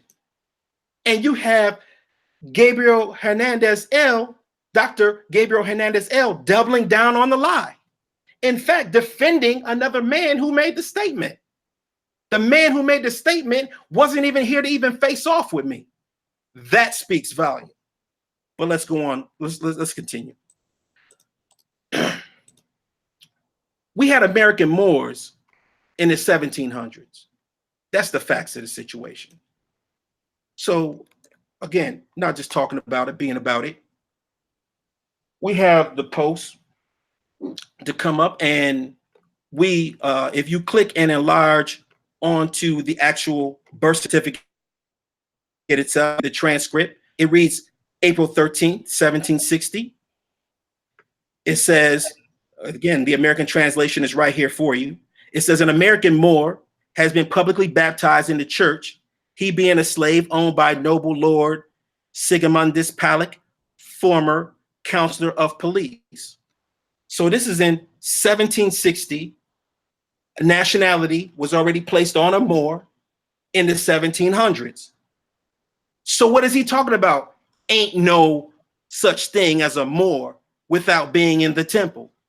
So we've proven that Moorish American existed before Noble Drew Ali. We proved that American Moor has existed before Prophet Noble Drew Ali. Brother Taharka Bey in his song is talking about the Nards. We already know that we came here with a nationality because many Moors were already on the plantations on the slave records. It says, what is their nationality? And the nationality has Moor on there. So you can't ignore the fact that you can go to the Louisiana Whitney plantation outside of New Orleans. On the walls, it reads the nationality as being a Moor. But yet, you have these other individuals in the temple saying that you can only have your nationality is if you go in through the temple, when the 1700s already recognized that Moors had a nationality straight from the slave plantations themselves. Again, the plantation is called the Whitney Plantation. Outside, it's one of the only actual slave plantations that are in America. So we can't be falling for the switch game anymore. We have to just simply deal with the facts and the truth.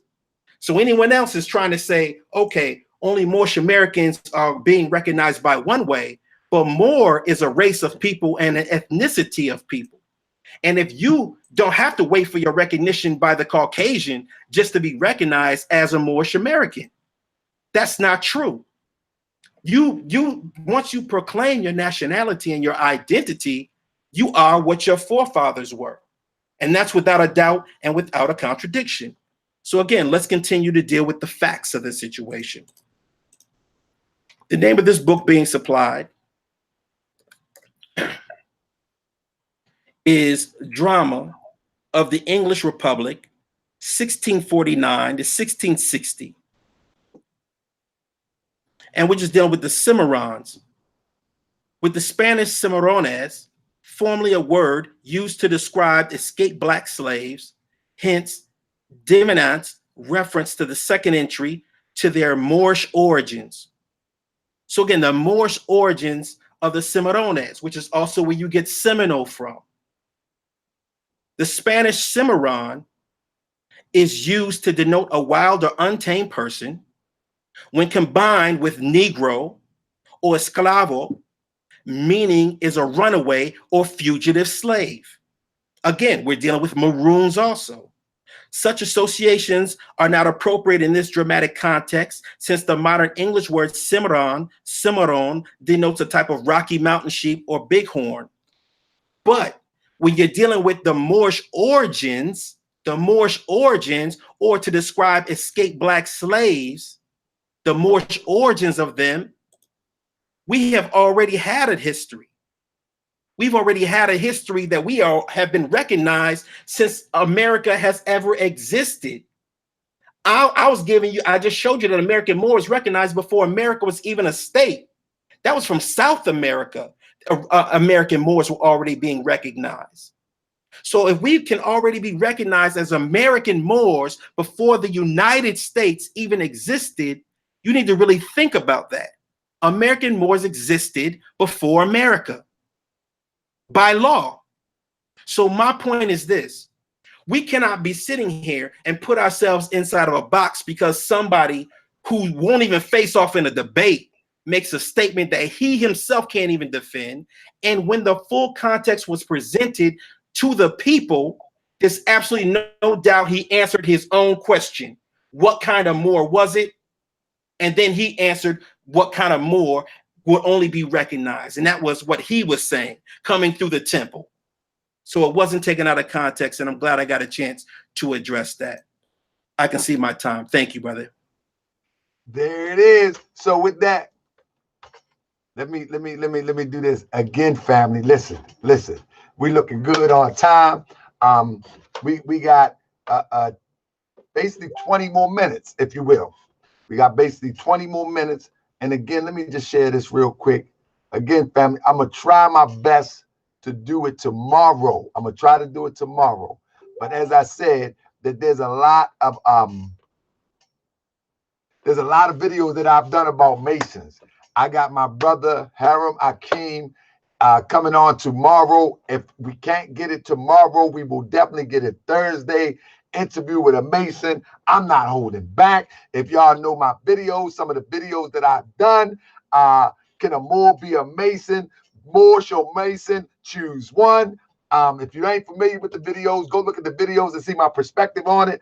But I'm going to interview a bona fide, proud Mason, master Mason, if you will. This is my brother Haram Akeem, and his saying, "Feel me before they kill me." So we're gonna try to feel him before they kill. With that, let me get my brother Gay man. Y'all brothers are doing good. This is I knew this was gonna be a good demonstration. This is an amazing demonstration. And can't nobody sit up here and tell me that this is not good information coming out, that this is not good, even entertaining. I mean, this is good. I think this is good for the culture. I think it's good for understanding. I think it's good that people have something to choose from. See, coming from one side from the temple, coming from one side from outside the temple, you leave people without something to choose. I think this is good for something to choose from.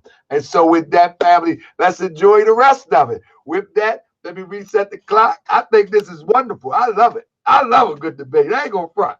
I love it because I'm telling you, It just, hey man, it make you get on your sharp, on your P's and Q's. My number one debater is Brother Sharif, without a doubt, a contradiction. Now, but this right here, oh man, if this was on the stage, woo, this be decent. But with that being said, man, how you feeling, Brother Ishmael Bey? How you feeling, brother? All wise, brother. I feel great, brother. I feel great. Brother Ishmael, you good? I'm good, King. I'm good. All right then. Brother Dr. Gabriel Hernandez, how you feel, brother? Man, all is well. Feeling like a giant, brother. You good? All is well. Hey, look, man, thank y'all for letting me host this debate. I appreciate it. And I appreciate y'all respectful one another. No foolery. A little bit hotness going in, a lot of information, but it's all good at the end of the day. And I appreciate y'all. Thank y'all for doing this on my channel. With that being said, because how this works, and whenever somebody have a discussion that they want to go toe-to-toe with, they can come to Moorish World TV and we can have an educated, qualified, mature conversation about the topic. With that, Brother Hernandez, you're going to have 10 minutes. And after your 10 minutes, Brother Ishmael Bey will have 10 minutes. And then we'll go back and forth questions to the tone of 5 questions. So 10 minutes start in 5, 4, 3, 2, 1. Islam family. So I just want to be clear and reiterate that I started this discourse teaching the Moorish origins, going back as far as one can even reach. Second, no one ever said you get your nationality from the temple. And again, the quote does not make that claim. Well, I just quoted you as far as, because I don't want to make claims that are not true.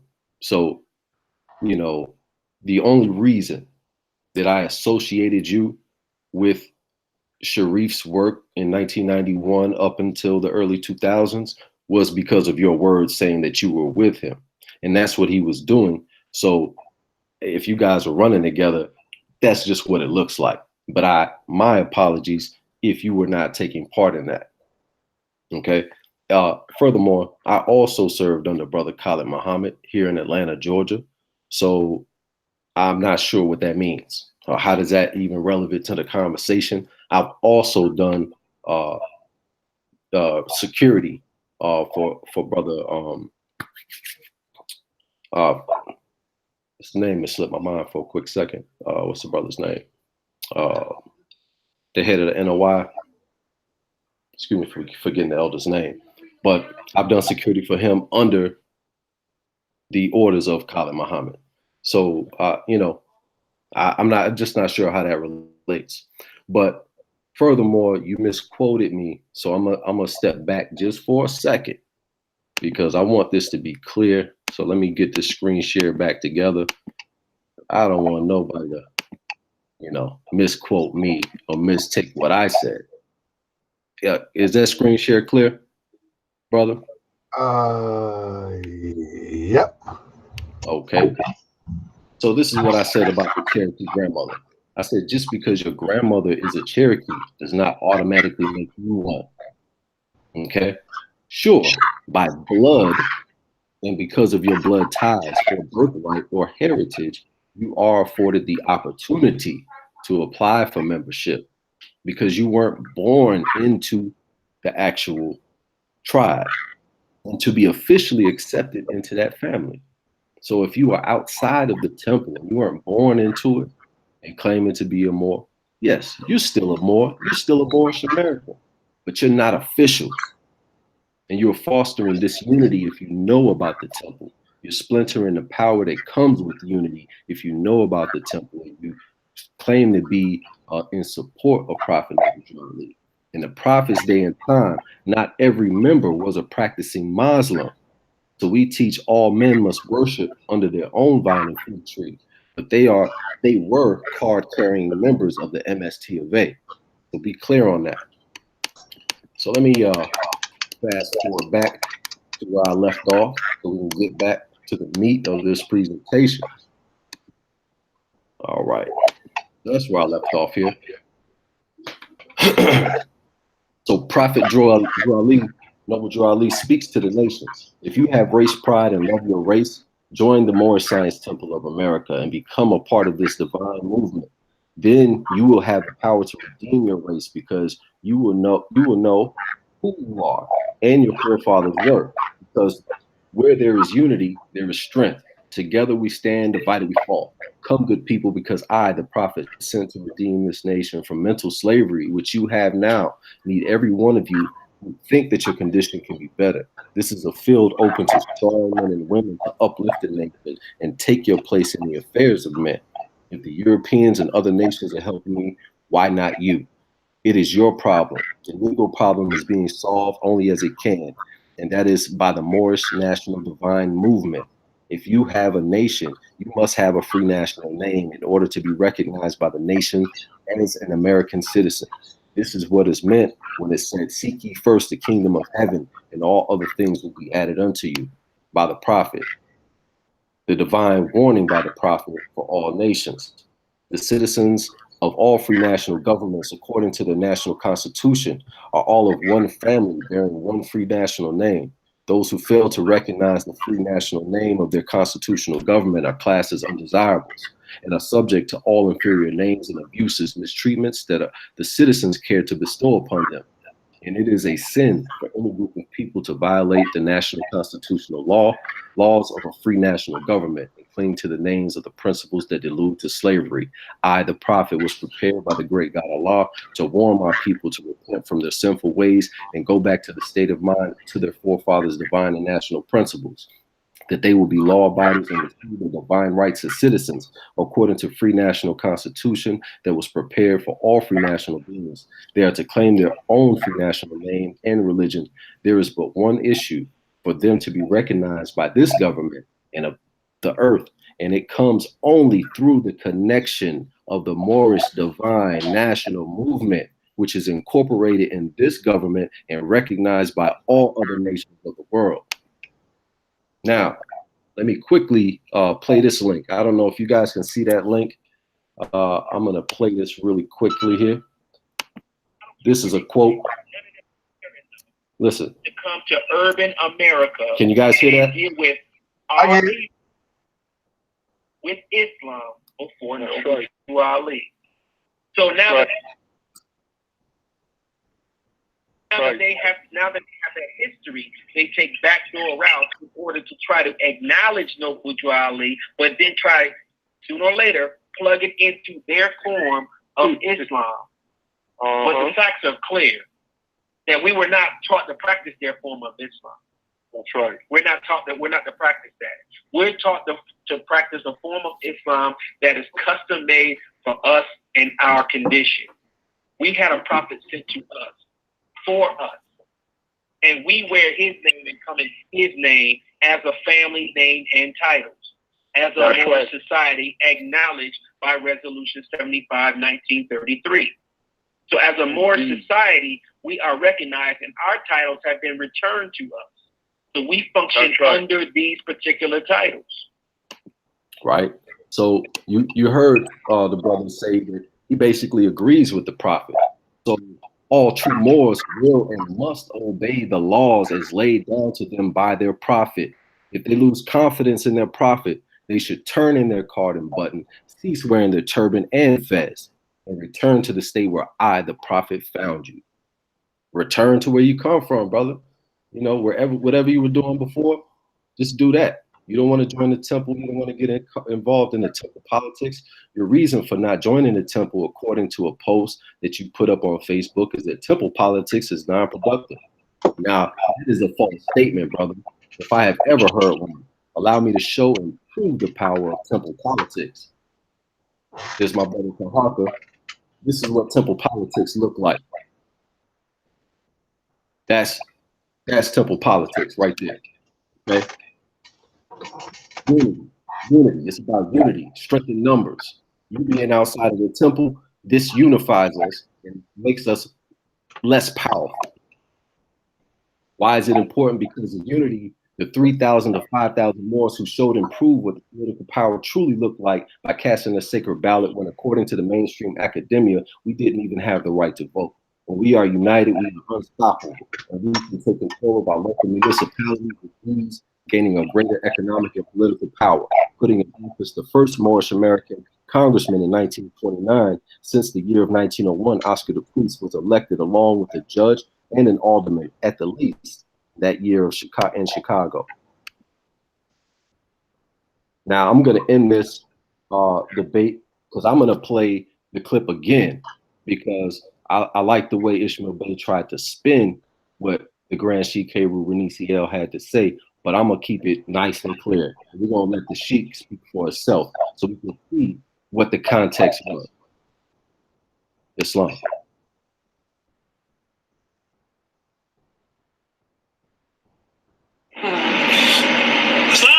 You see the only color picture of the prophet? See him wearing a turban, right? Jewel in the front, right?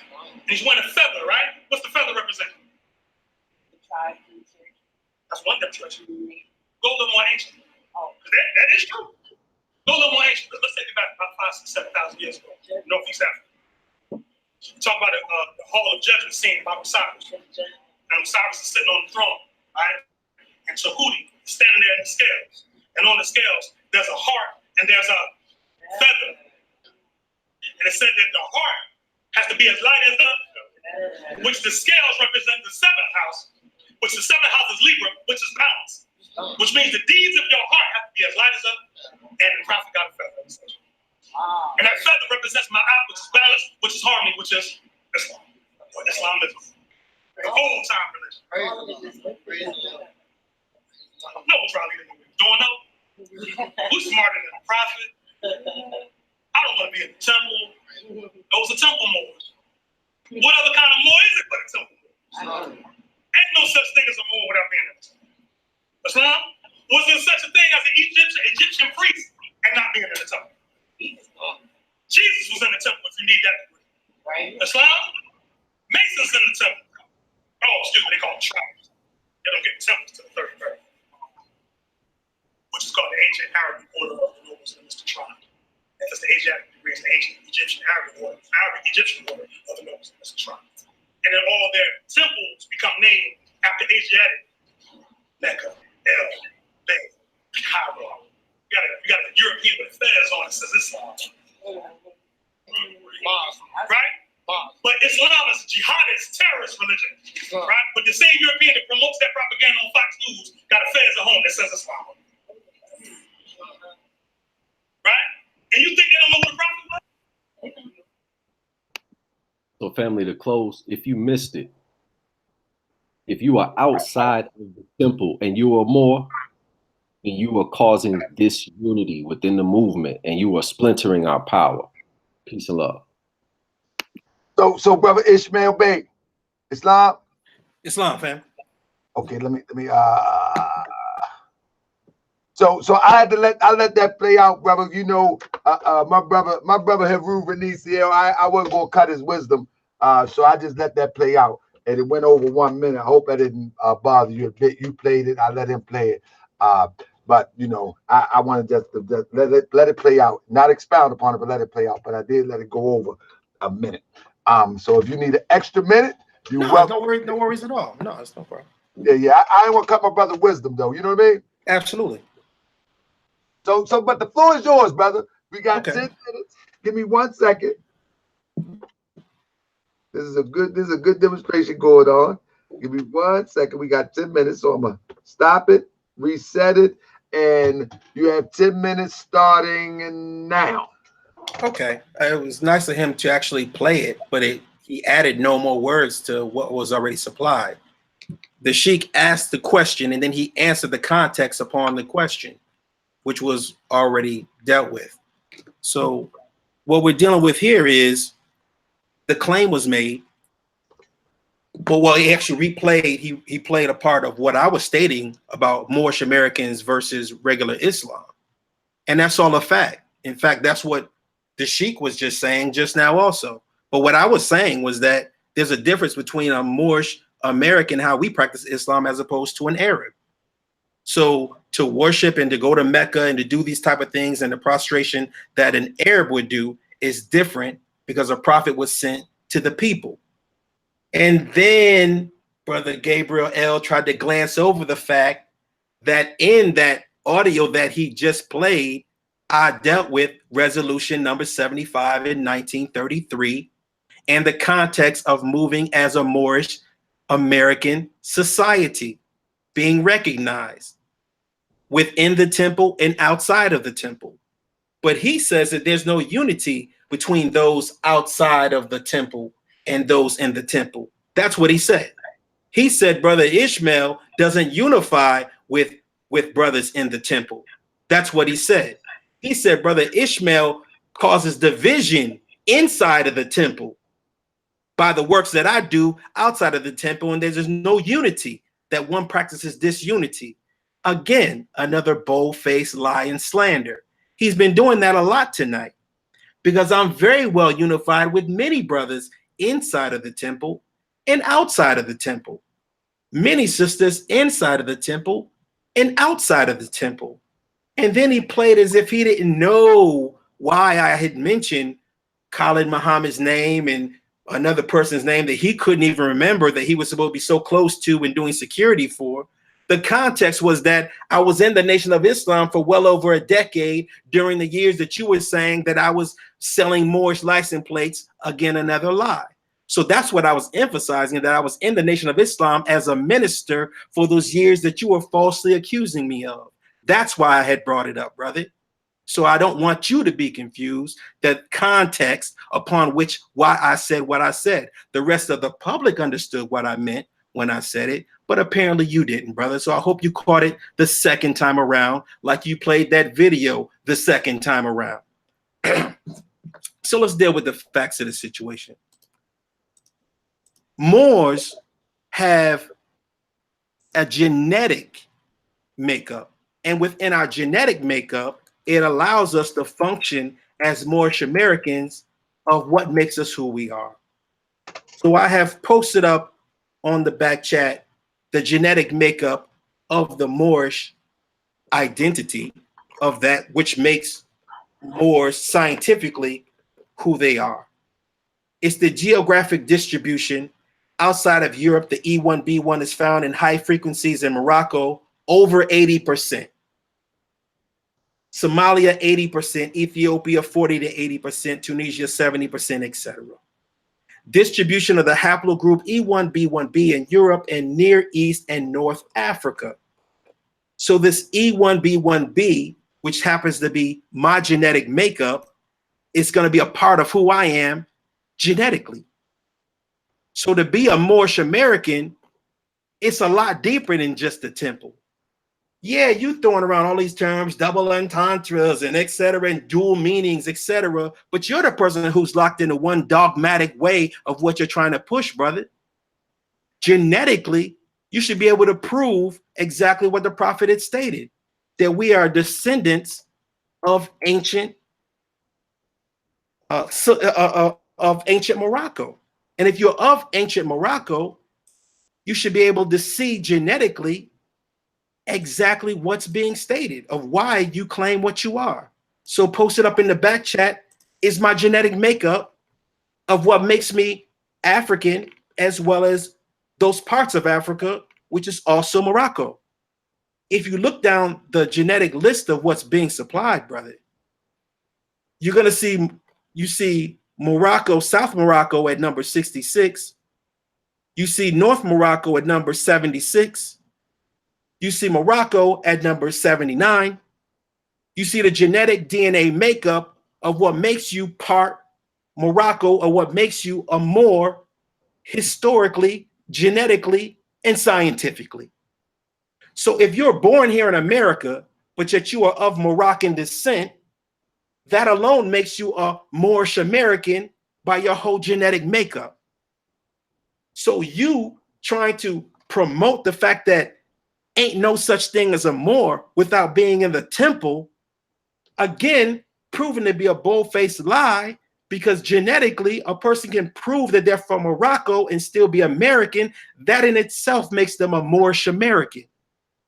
So time after time again, it's been proven that Moorish American was used before Noble Drew Ali. It's been proven that as a Moorish American society, you can be recognized as a Moorish American by resolution number 75. You can prove genetically and scientifically that you can be Moorish American by who you are as a human being, but yet and still, you're still sticking to the script.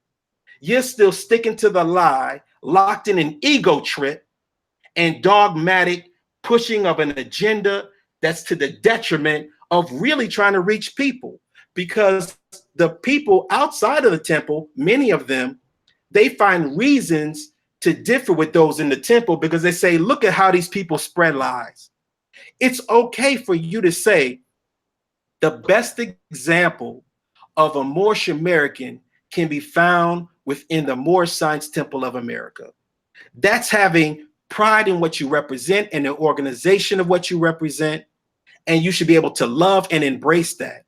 But when you make definite statements like that about ain't no, you can't be making statements like ain't no such thing as a Moor without being in the temple and that be an accurate statement. So it's okay for you to say that I'm gonna love the organization that I'm a part of, and even if we have faults, we're gonna make it right, and we're gonna try to work within the temple and outside of the temple. I'm with that 100%.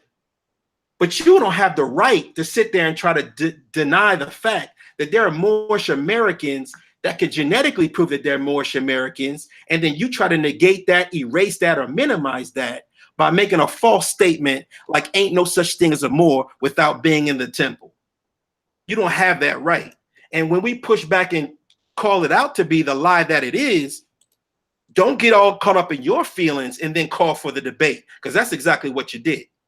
As soon as I said, no, that's not an accurate statement, it was go and debate the person who made the statement. That was an emotional reaction right there, because the person who made the statement is not here to debate me. I don't know if he tucked tail or ran or what the problem was, but I know for a fact that we were Moorish Americans outside of the temple. I do know that for a fact. So again, we're dealing with Moors as a race.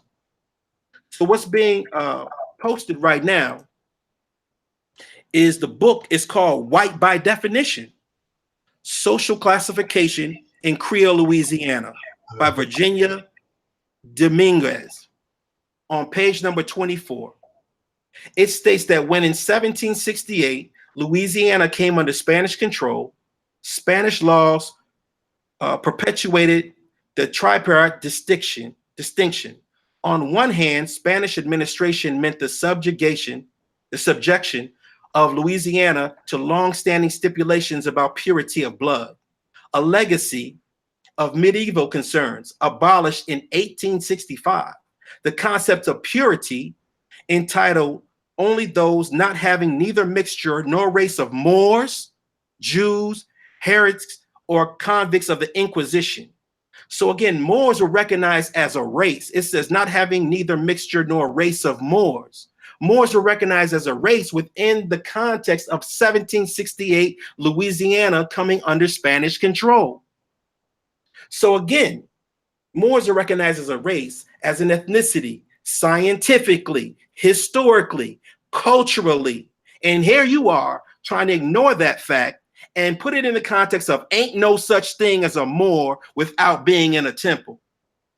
See, that's that dogmatic trap that we're all trying to avoid. So when we say that's really cult-like to be trying to push that type of agenda, when we are proving left and right that Moors can come in many other forms outside of the temple, and you're still sticking to the dogmatic script, that's counterproductive, and that's not the truth.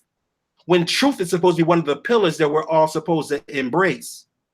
So all we're trying to say is, brother, if you really want to represent the temple and you're really about unity, there's no disunity between me and Brother Taharko or me and brothers inside of the temple who embrace the truth, because they're going to respect me and I'm going to respect them because we're meeting on that guideline of truth. There's no barrier. There's no break in the truth if you're really in tune with it. But what you're doing right now is you're sticking to a lie, and at the expense of slander after slander after slander of a messenger of the truth, you're still trying to push an agenda to push people into something that you know has been proven false without a reasonable doubt. So again, I want to thank you, Brother Taharka, for having me on this evening and for engaging in a lively debate with Dr. Gabriel Hernandez L. So I think that we can now go on to or whatever the other part of the format upon which we had this evening. Thank you, brother. Indeed, indeed, indeed. If y'all like this, man, y'all got the thumbs up. It's 171 people in the chat. I think this is a very interesting dialogue. I'm enjoying it. We about to get to the question round. So what we're going to do is, instead of, it's not 5 questions apiece, we're going to say, I wanted to get a total of 5 questions or a total of 6 questions. Let's just go with, if the participants is all right with it, let's just go with 2 questions apiece or 3 questions apiece. Which one y'all want, 2 or 3? We can go with the 2 or 3 questions, or if the forum had questions, we can include them just to make sure they're inclusive on it. Also, you have a very wise, forum group. So if they have questions, we can include that, or just make that the questions. What I wanted to do is maybe you ask him a few questions concerning his perspective too, and we back and forth with it, and then maybe take a few from the chat. So yes, sir. Yes, sir. So it's on Brother Gabriel Hernandez L. So, brother, if you have any questions that you want to ask Brother Ishmael Bey, here's your chance. And then Ishmael Bey will respond, and then he'll ask you a question. I'm going to look at the chat. Let me get a pen in case somebody asks a question. I'm going to write it down, and then I'll ask y'all. Okay. Well, my first question would be. One moment, Ishmael.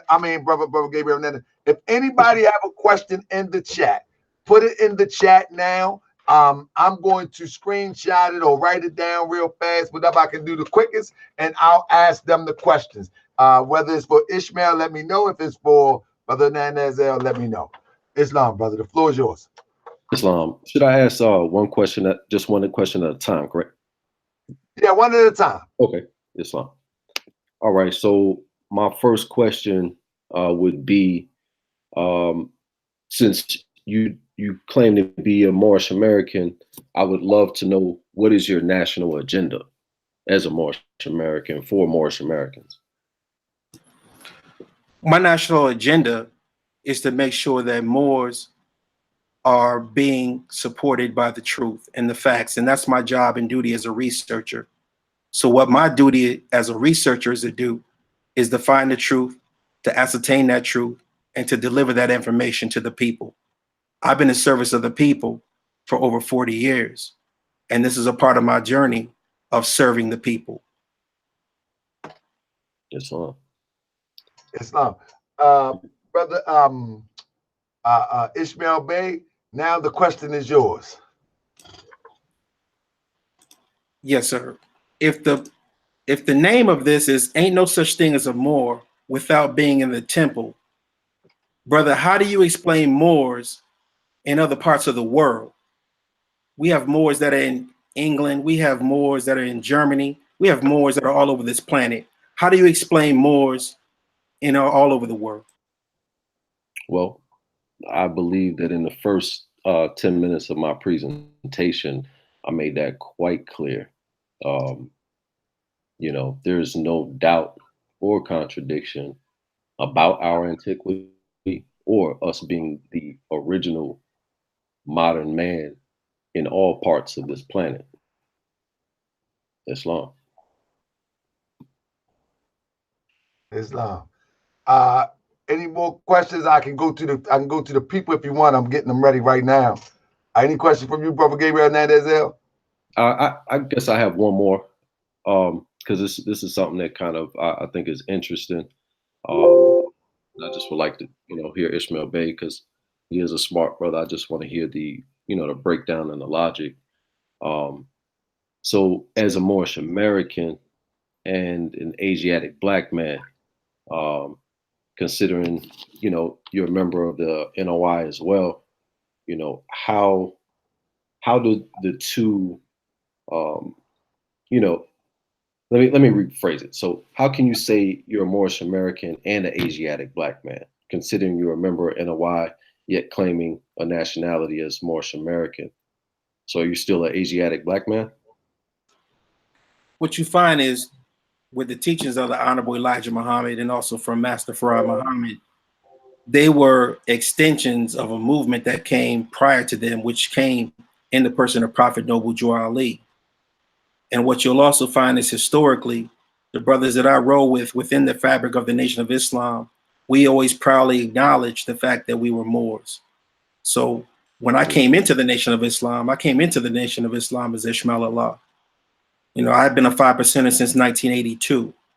So I had a thorough knowledge of myself as a child and then coming up in the ranks.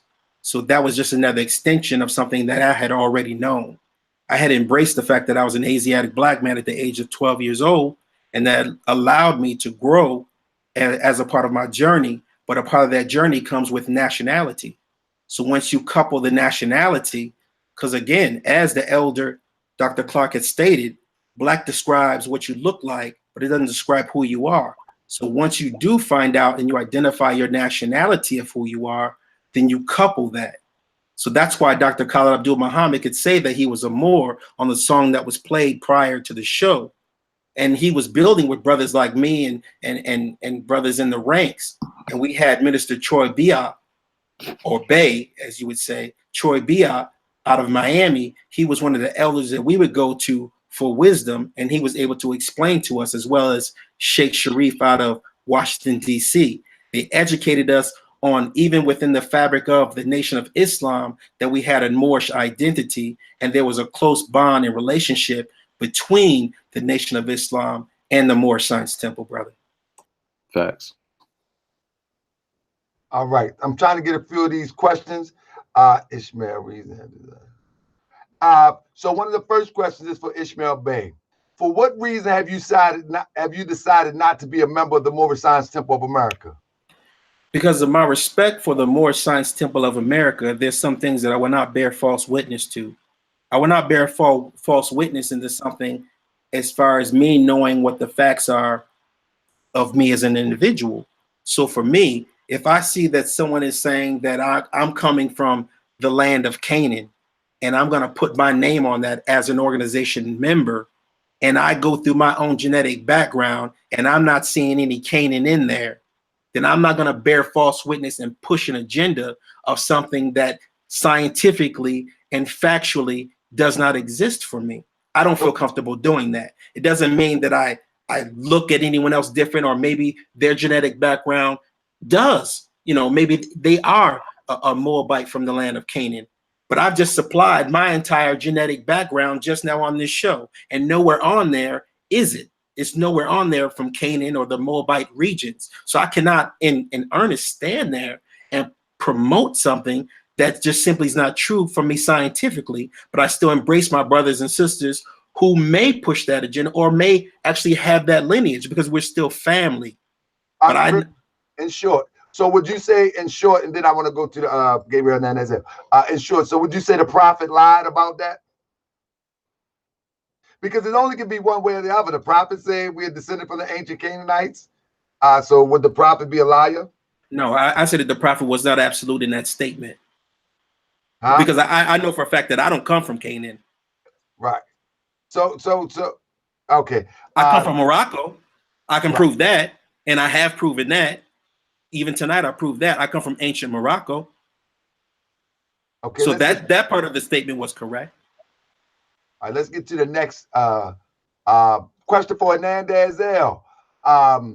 What is the temple doing for our communities in this day and age?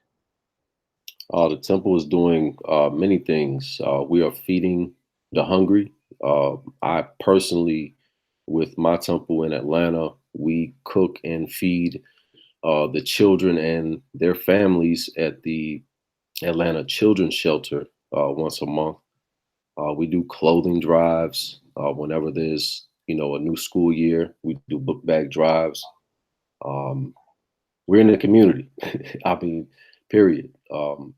We go out, we build, and we're not like, we literally are in just how you see Taharka, you know, pulling up in the middle of Baltimore. We on that same block in Atlanta. That's just where the people are. So that's where we at. So anything that they need, we teach free classes. We give them free economic classes. We show them how to repair their credit themselves. We provide jobs. We do a number of things. We have a program for those who haven't finished high school, so they can actually get a high school diploma if they seek to do so. And, you know, many other programs, but that's, you know, in short, that's some of the things that we do here in Atlanta. And all over the country, Moors are doing many wonderful things for the community. And I want to back my brother up on that, and definitely silver back on what he's saying. Not only do they do the beautiful works in Atlanta, Georgia, and Moors doing work all over. I see the Moors that do work in Los Angeles and in Baltimore and Syracuse, New York. You know, and when you're looking at things even as important as us and our health, you know, you listen and you study wisely those who have the expertise, like Dr. Gabriel Hernandez L. Brothers who can make sure that you're living a nice, long, and a clean life and a good life. And these are valuable things that you do pick up from Moorish Americans from all over. So you should be able to make sure that you're getting that information and you're recognizing that Moorish Americans are on the move and we're working very, very hard all over the country. If we're having a public discourse, it does not mean disunity. It does not mean hate. It does not mean that there's something that's going on that's going to divide us from the overall mission. So I think that's very, very important to make sure that the public realizes that, you know, for two people to engage into this intellectual combat, it means that there's a mutual respect that takes place. This is not just a teaching lesson one way or the other. It's two men that are trying to ascertain that truth. But in the big picture of things, it's a whole unifying force that's taking place and being recognized on a divine level. And that's very, very important to recognize. Indeed, indeed. Let me get a few more in here before we get to the 11 o'clock hour, because I don't want the video to go too long. So, Brother Ishmael Bey, brother said, Islam, I have a question. Who was responsible for the Moorish American identity becoming a political identity in American society, government, constitutionally? A political identity. I think that's the whole role of the value of what Prophet Noble Drew Ali brought here to America. He brought it in an organized way. So I give Prophet Noble Drew Ali that credit, and that's what makes him a prophet. Indeed, indeed. Okay. Let me see. I think I got one more. And just to answer right quick, somebody had asked the question earlier, was I a Mason? No, I'm not a Mason. No, I'm not a Shriner. I've never been a Mason in my life. I've never been a Shriner in my life. I don't believe in taking oaths that will prevent me from doing my work. My job is to work on behalf of the people. And I'm not saying that Masons or Shriners are evil people or anything like that. I'm just saying that I've never taken an oath of anything that I think may have interfered with my particular mission of what I'm supposed to do. So no, I'm not a Shriner, and no, I'm not a Mason. Indeed. Indeed. Let me see. Oh, so brother, I have a question. Have you reached out, because you mentioned Brother Heru Verniciel, and I got the utmost respect for my brother Heru Verniciel. That's my guy. Have you reached out? You said something to the effect that he didn't come on to defend what he said, but have you reached out to him? I'm not on his list on the Facebook. I don't know if he blocked me, or I don't know what the situation is, but we're not friends socially on social networks. So no, I haven't reached out to him. I had asked for you or for Brother Gabriel L to reach out to the brothers for tonight, and you gave me feedback from what he had stated, but I did not speak to him directly. I don't have his number or contacted him. No, sir. Well, I can speak for my brother. You know, this is not what my brother do. My brother don't get on social media. He's not interested in the back and forth. He's a teacher. He's a scholar. He's an author. He wants to do the things in the community that you and Brother Gabriel spoke about. So he wasn't really. I don't see the brother. Yeah, we all do that. We all do that. That's not a reason. What? We all work for the people. No, but he's not interested in this. This is your lane. So you can't put someone in your lane because this is your lane. You know, you have to respect people's lane. His lane is not to go back and forth and to rectify, clarify, or represent something he said. What he say, it is what it is, and keep it moving. And you have to respect that. You know what I'm saying? I respect that. You know, if somebody tell me that, man, look, you can take it how you want it. It is what it is. I respect that. You know, so we can't. You know, that's if the brother say that's what it is. That's what it is. But you know what he does is something outside of social media. Matter of fact, he wasn't even the one that posted the video. It was his brother, you know, that posted the video. It was his Vanguard that posted the video. He had no invested interest. He teaches and keep it moving. And so out of respect for that brother, I don't want anybody to try to strike out for the brother because he didn't want to come on to a social media platform. You know what I mean? That's crazy. That ain't what he do. You know, and we should respect that as brothers. You know, if that's not what a brother do, we should respect that. You follow what I'm saying? He made a video, right? No, he did not make the video, brother. That's what I'm telling you. Okay, so somebody just videotaped him, but he didn't know he was being videotaped. They videotaped it in the temple. They uploaded it on Facebook. He has no invested interest in that. He teaches and keep it moving. That's it. You follow what I'm saying? That wasn't his post. Do you get me?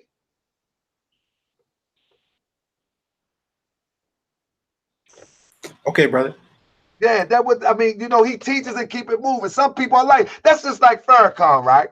Like throughout the years, certain things Farrakhan teaches, he teach and keep it moving. You take it how you want it. I mean, well, I'm not from that school. I'm not from the school of throwing a rock and hiding your hand. You know, if you say it, no. Let me finish. Let me rock out. If you make a comment, then you back up what your comment was. If somebody's saying, "Well, brother, I disagree with that comment," not disrespectfully, not coming at you, not calling you out your name. What we're saying is that that comment that he made was an error, and it's been proven tonight that is an error. And all we're trying to say is, brother, we understood the context of what you stated. What you stated was not accurate. And we have a difference with what you stated, and brother, that's really what it's about. Brother, let me tell you something. There's going to come a time when a brother that is feisty as Tahaka Bay, he's going to say something, and it is what it is, and I don't care what anybody say about it. That's going to come that time, because I ain't gonna have time to address everything statement that I make and come back and clarify it. There is going to come a time, and that time is coming soon. And so I understand people like my good brother Grand Sheikh Haru Reniciel. He doesn't have time to address that. That ain't his thing. Hold on, you the brother that said that it's a conversation that goes on through many different temples. You made that comment, not me. So if I listen to it and it's posted up in a forum and you see groups and groups and groups of people who are indifferent to that, then all you simply have to do is come and have a conversation about it, because obviously it's something that's going around in lots of different temples. And if you're the person making that statement, nobody is above having a conversation about a comment that's being made. Brother, nobody's off limits. I'm gonna tell you this. I see brothers from the Hebrew camps. I see brothers from all sorts of conscious communities. They say a thing, and that's just what it is, and they keep on moving to the next thing. They're not gonna address every comment because somebody is rubbed the wrong way. They're not gonna do that. I mean, come on, we gotta respect that, brother. See, our brother taught me this a long time ago. He said, brother, sometimes we gotta understand instead of trying to be understood. Sometimes we understand. Some brothers just ain't go. There's going to come a time that I'm going to be making some statements on the big stage, and I don't care what anybody say. I'm going to leave it as it is and keep it moving. You know what I mean? I'm going to leave it as it is and keep it moving. You know what I mean? That's just me. You know what I mean? When I make a statement, and you'll see my response in my position as we do the back show. We'll do the back show on what I feel and what everybody on the panel feel. You know, we won't do it now, but there will come a time in my life that I move on the big stage. And when I say something, I ain't saying nothing else. I'm going to keep it moving and keep building this nation. That's just what it is. That's what bosses do, brother. They don't have to respond to everything. You know that, brother. You a boss. You already know that. And I've also been on the biggest stages. So you're not talking to somebody who hasn't been in some of the nation's magazines and been on all kind of things. So I understand all of that. All I'm saying is like a comment was made, and obviously it's a conversation that takes place many different times. And no more should be so big that they cannot have a conversation. Well, you obviously think that that's something that should take. I'm not that big. I'm not that out of touch. But we'll agree to disagree. It's no hard feelings with the brother. He's made his statement. He doesn't have a comment on it, and that's perfectly fine, brother. I'm just saying that I get it. I get it. You know, everybody is not going to step on YouTube. Everybody's not going to step on a Facebook post and try to clarify anything. You know, I picked up the phone and I asked them, and the brother gladly and say, brother, that was taken out of context. It was taken out of context. It was a clip. It was a 2-minute clip taken out of context. If, you know, in reality, if the whole demonstration was out, and maybe if people go to the temple, maybe they will get the full context. But to try to surmise something out of a 2-minute clip, but I'll save that for tomorrow with that family. I'm going to keep it moving. So we can get tomorrow going to Thursday morning. I think it's going to be real heated. It's going to be real heated on this panel. I appreciate my brother Ishmael Bey. I appreciate my brother Hernandez L. Only thing I'm saying, man, listen, I'm just saying some people, man, when they say something, it is what it is, and we can't stress them to come. You stand up and say, represent what you said. Come on. Or you throwing the rock and hiding it, man. We in a different world today. People just doing different things. It is what it is.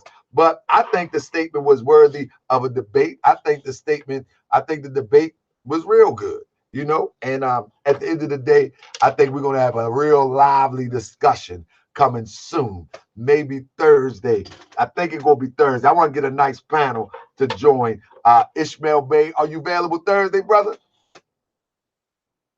Thursday, yes, sir. Thursday be no problem, yes, sir. How about Gabriel Hernandez? Are you ready, brother? Yeah, I can come on Thursday. That's all cool. Right, and so y'all definitely going to be there. We're going to have order there because I'm telling you, it's going to be a tight one. We're going to get. I need to listen, family. I need you to email me to unclebay@yahoo.com. If you're not in the temple and you are of the perspective of Ishmael Bey, of our brother Ishmael Bey, please email me. If you are in the temple and of the persuasion of brother Ishmael Bey, email me and request to be on the show. If you are the same thing in that same vein, in support of brother Gabriel Hernandez L, email me, text me, do something if you ain't have my number, and come on the show. We're going to be organized with this. It might get a little bit out, you know, it's going to get turned up, but we're going to have a good time. And at the end of the day, we are brothers. Ishmael, we are brothers. Absolutely, brother. All brothers. Absolutely. All brothers. We are brothers, Gabriel Hernandez L. You already know. Absolutely. So, family, I think this is good for our people because people walked away with a lot of information today. Thanks to my brother and my friend, brother Ishmael Bey, and definitely thanks to my brother and my friend, Gabriel Hernandez L, because for real, man, but people don't understand that we started this at 8:30. It's now 11 o'clock. We could be somewhere else doing something else, but we chose to spend some time dialoguing, chopping up this information to get to some form of understanding, which we call the truth. It is what it is. I like all of y'all. I love all of y'all. I'm friends with all of y'all. It's all good. When we get to we're gonna get to the money. We're gonna get to the truth. It is what it is. Peace and love, family. I see y'all next time. Tomorrow night, we're going to be live. If I got enough people on the show, then we're going to do the panel. If I don't got enough, we're going to do it on Thursday. Let's just say Thursday. Wait till Thursday. I'm going to bring my brother Hakeem on tomorrow, and we do that on Thursday. I'm looking forward to it. It's going to be nice. And all the haters and all the reckless talk in the chat, don't come to the channel to talk crazy. Like, why y'all ain't feeding people? Why y'all debating this 2018? because that's what we want to do. We don't want to watch Love and Hip Hop, okay? We don't want to watch twerk videos. We want to examine and contest each other's, test each other information. You know what I mean? We don't want to watch porn. We don't want to do none of that. You know what I mean? So, hey, don't come here at Moorish World TV telling me why y'all debating in 2018. Shouldn't we be getting some money? Go get the money and uplift communities. We're going to do the same, but in the meantime, in between time, we are going to challenge our intellect and our knowledge as it relates to the teachings of Prophet Noble Drew Ali, historical accounts, etc., etc. With that, I say peace, family, and I see y'all tomorrow. Talk Bay interview with a Mason. Woo! We going in. Peace and love, family.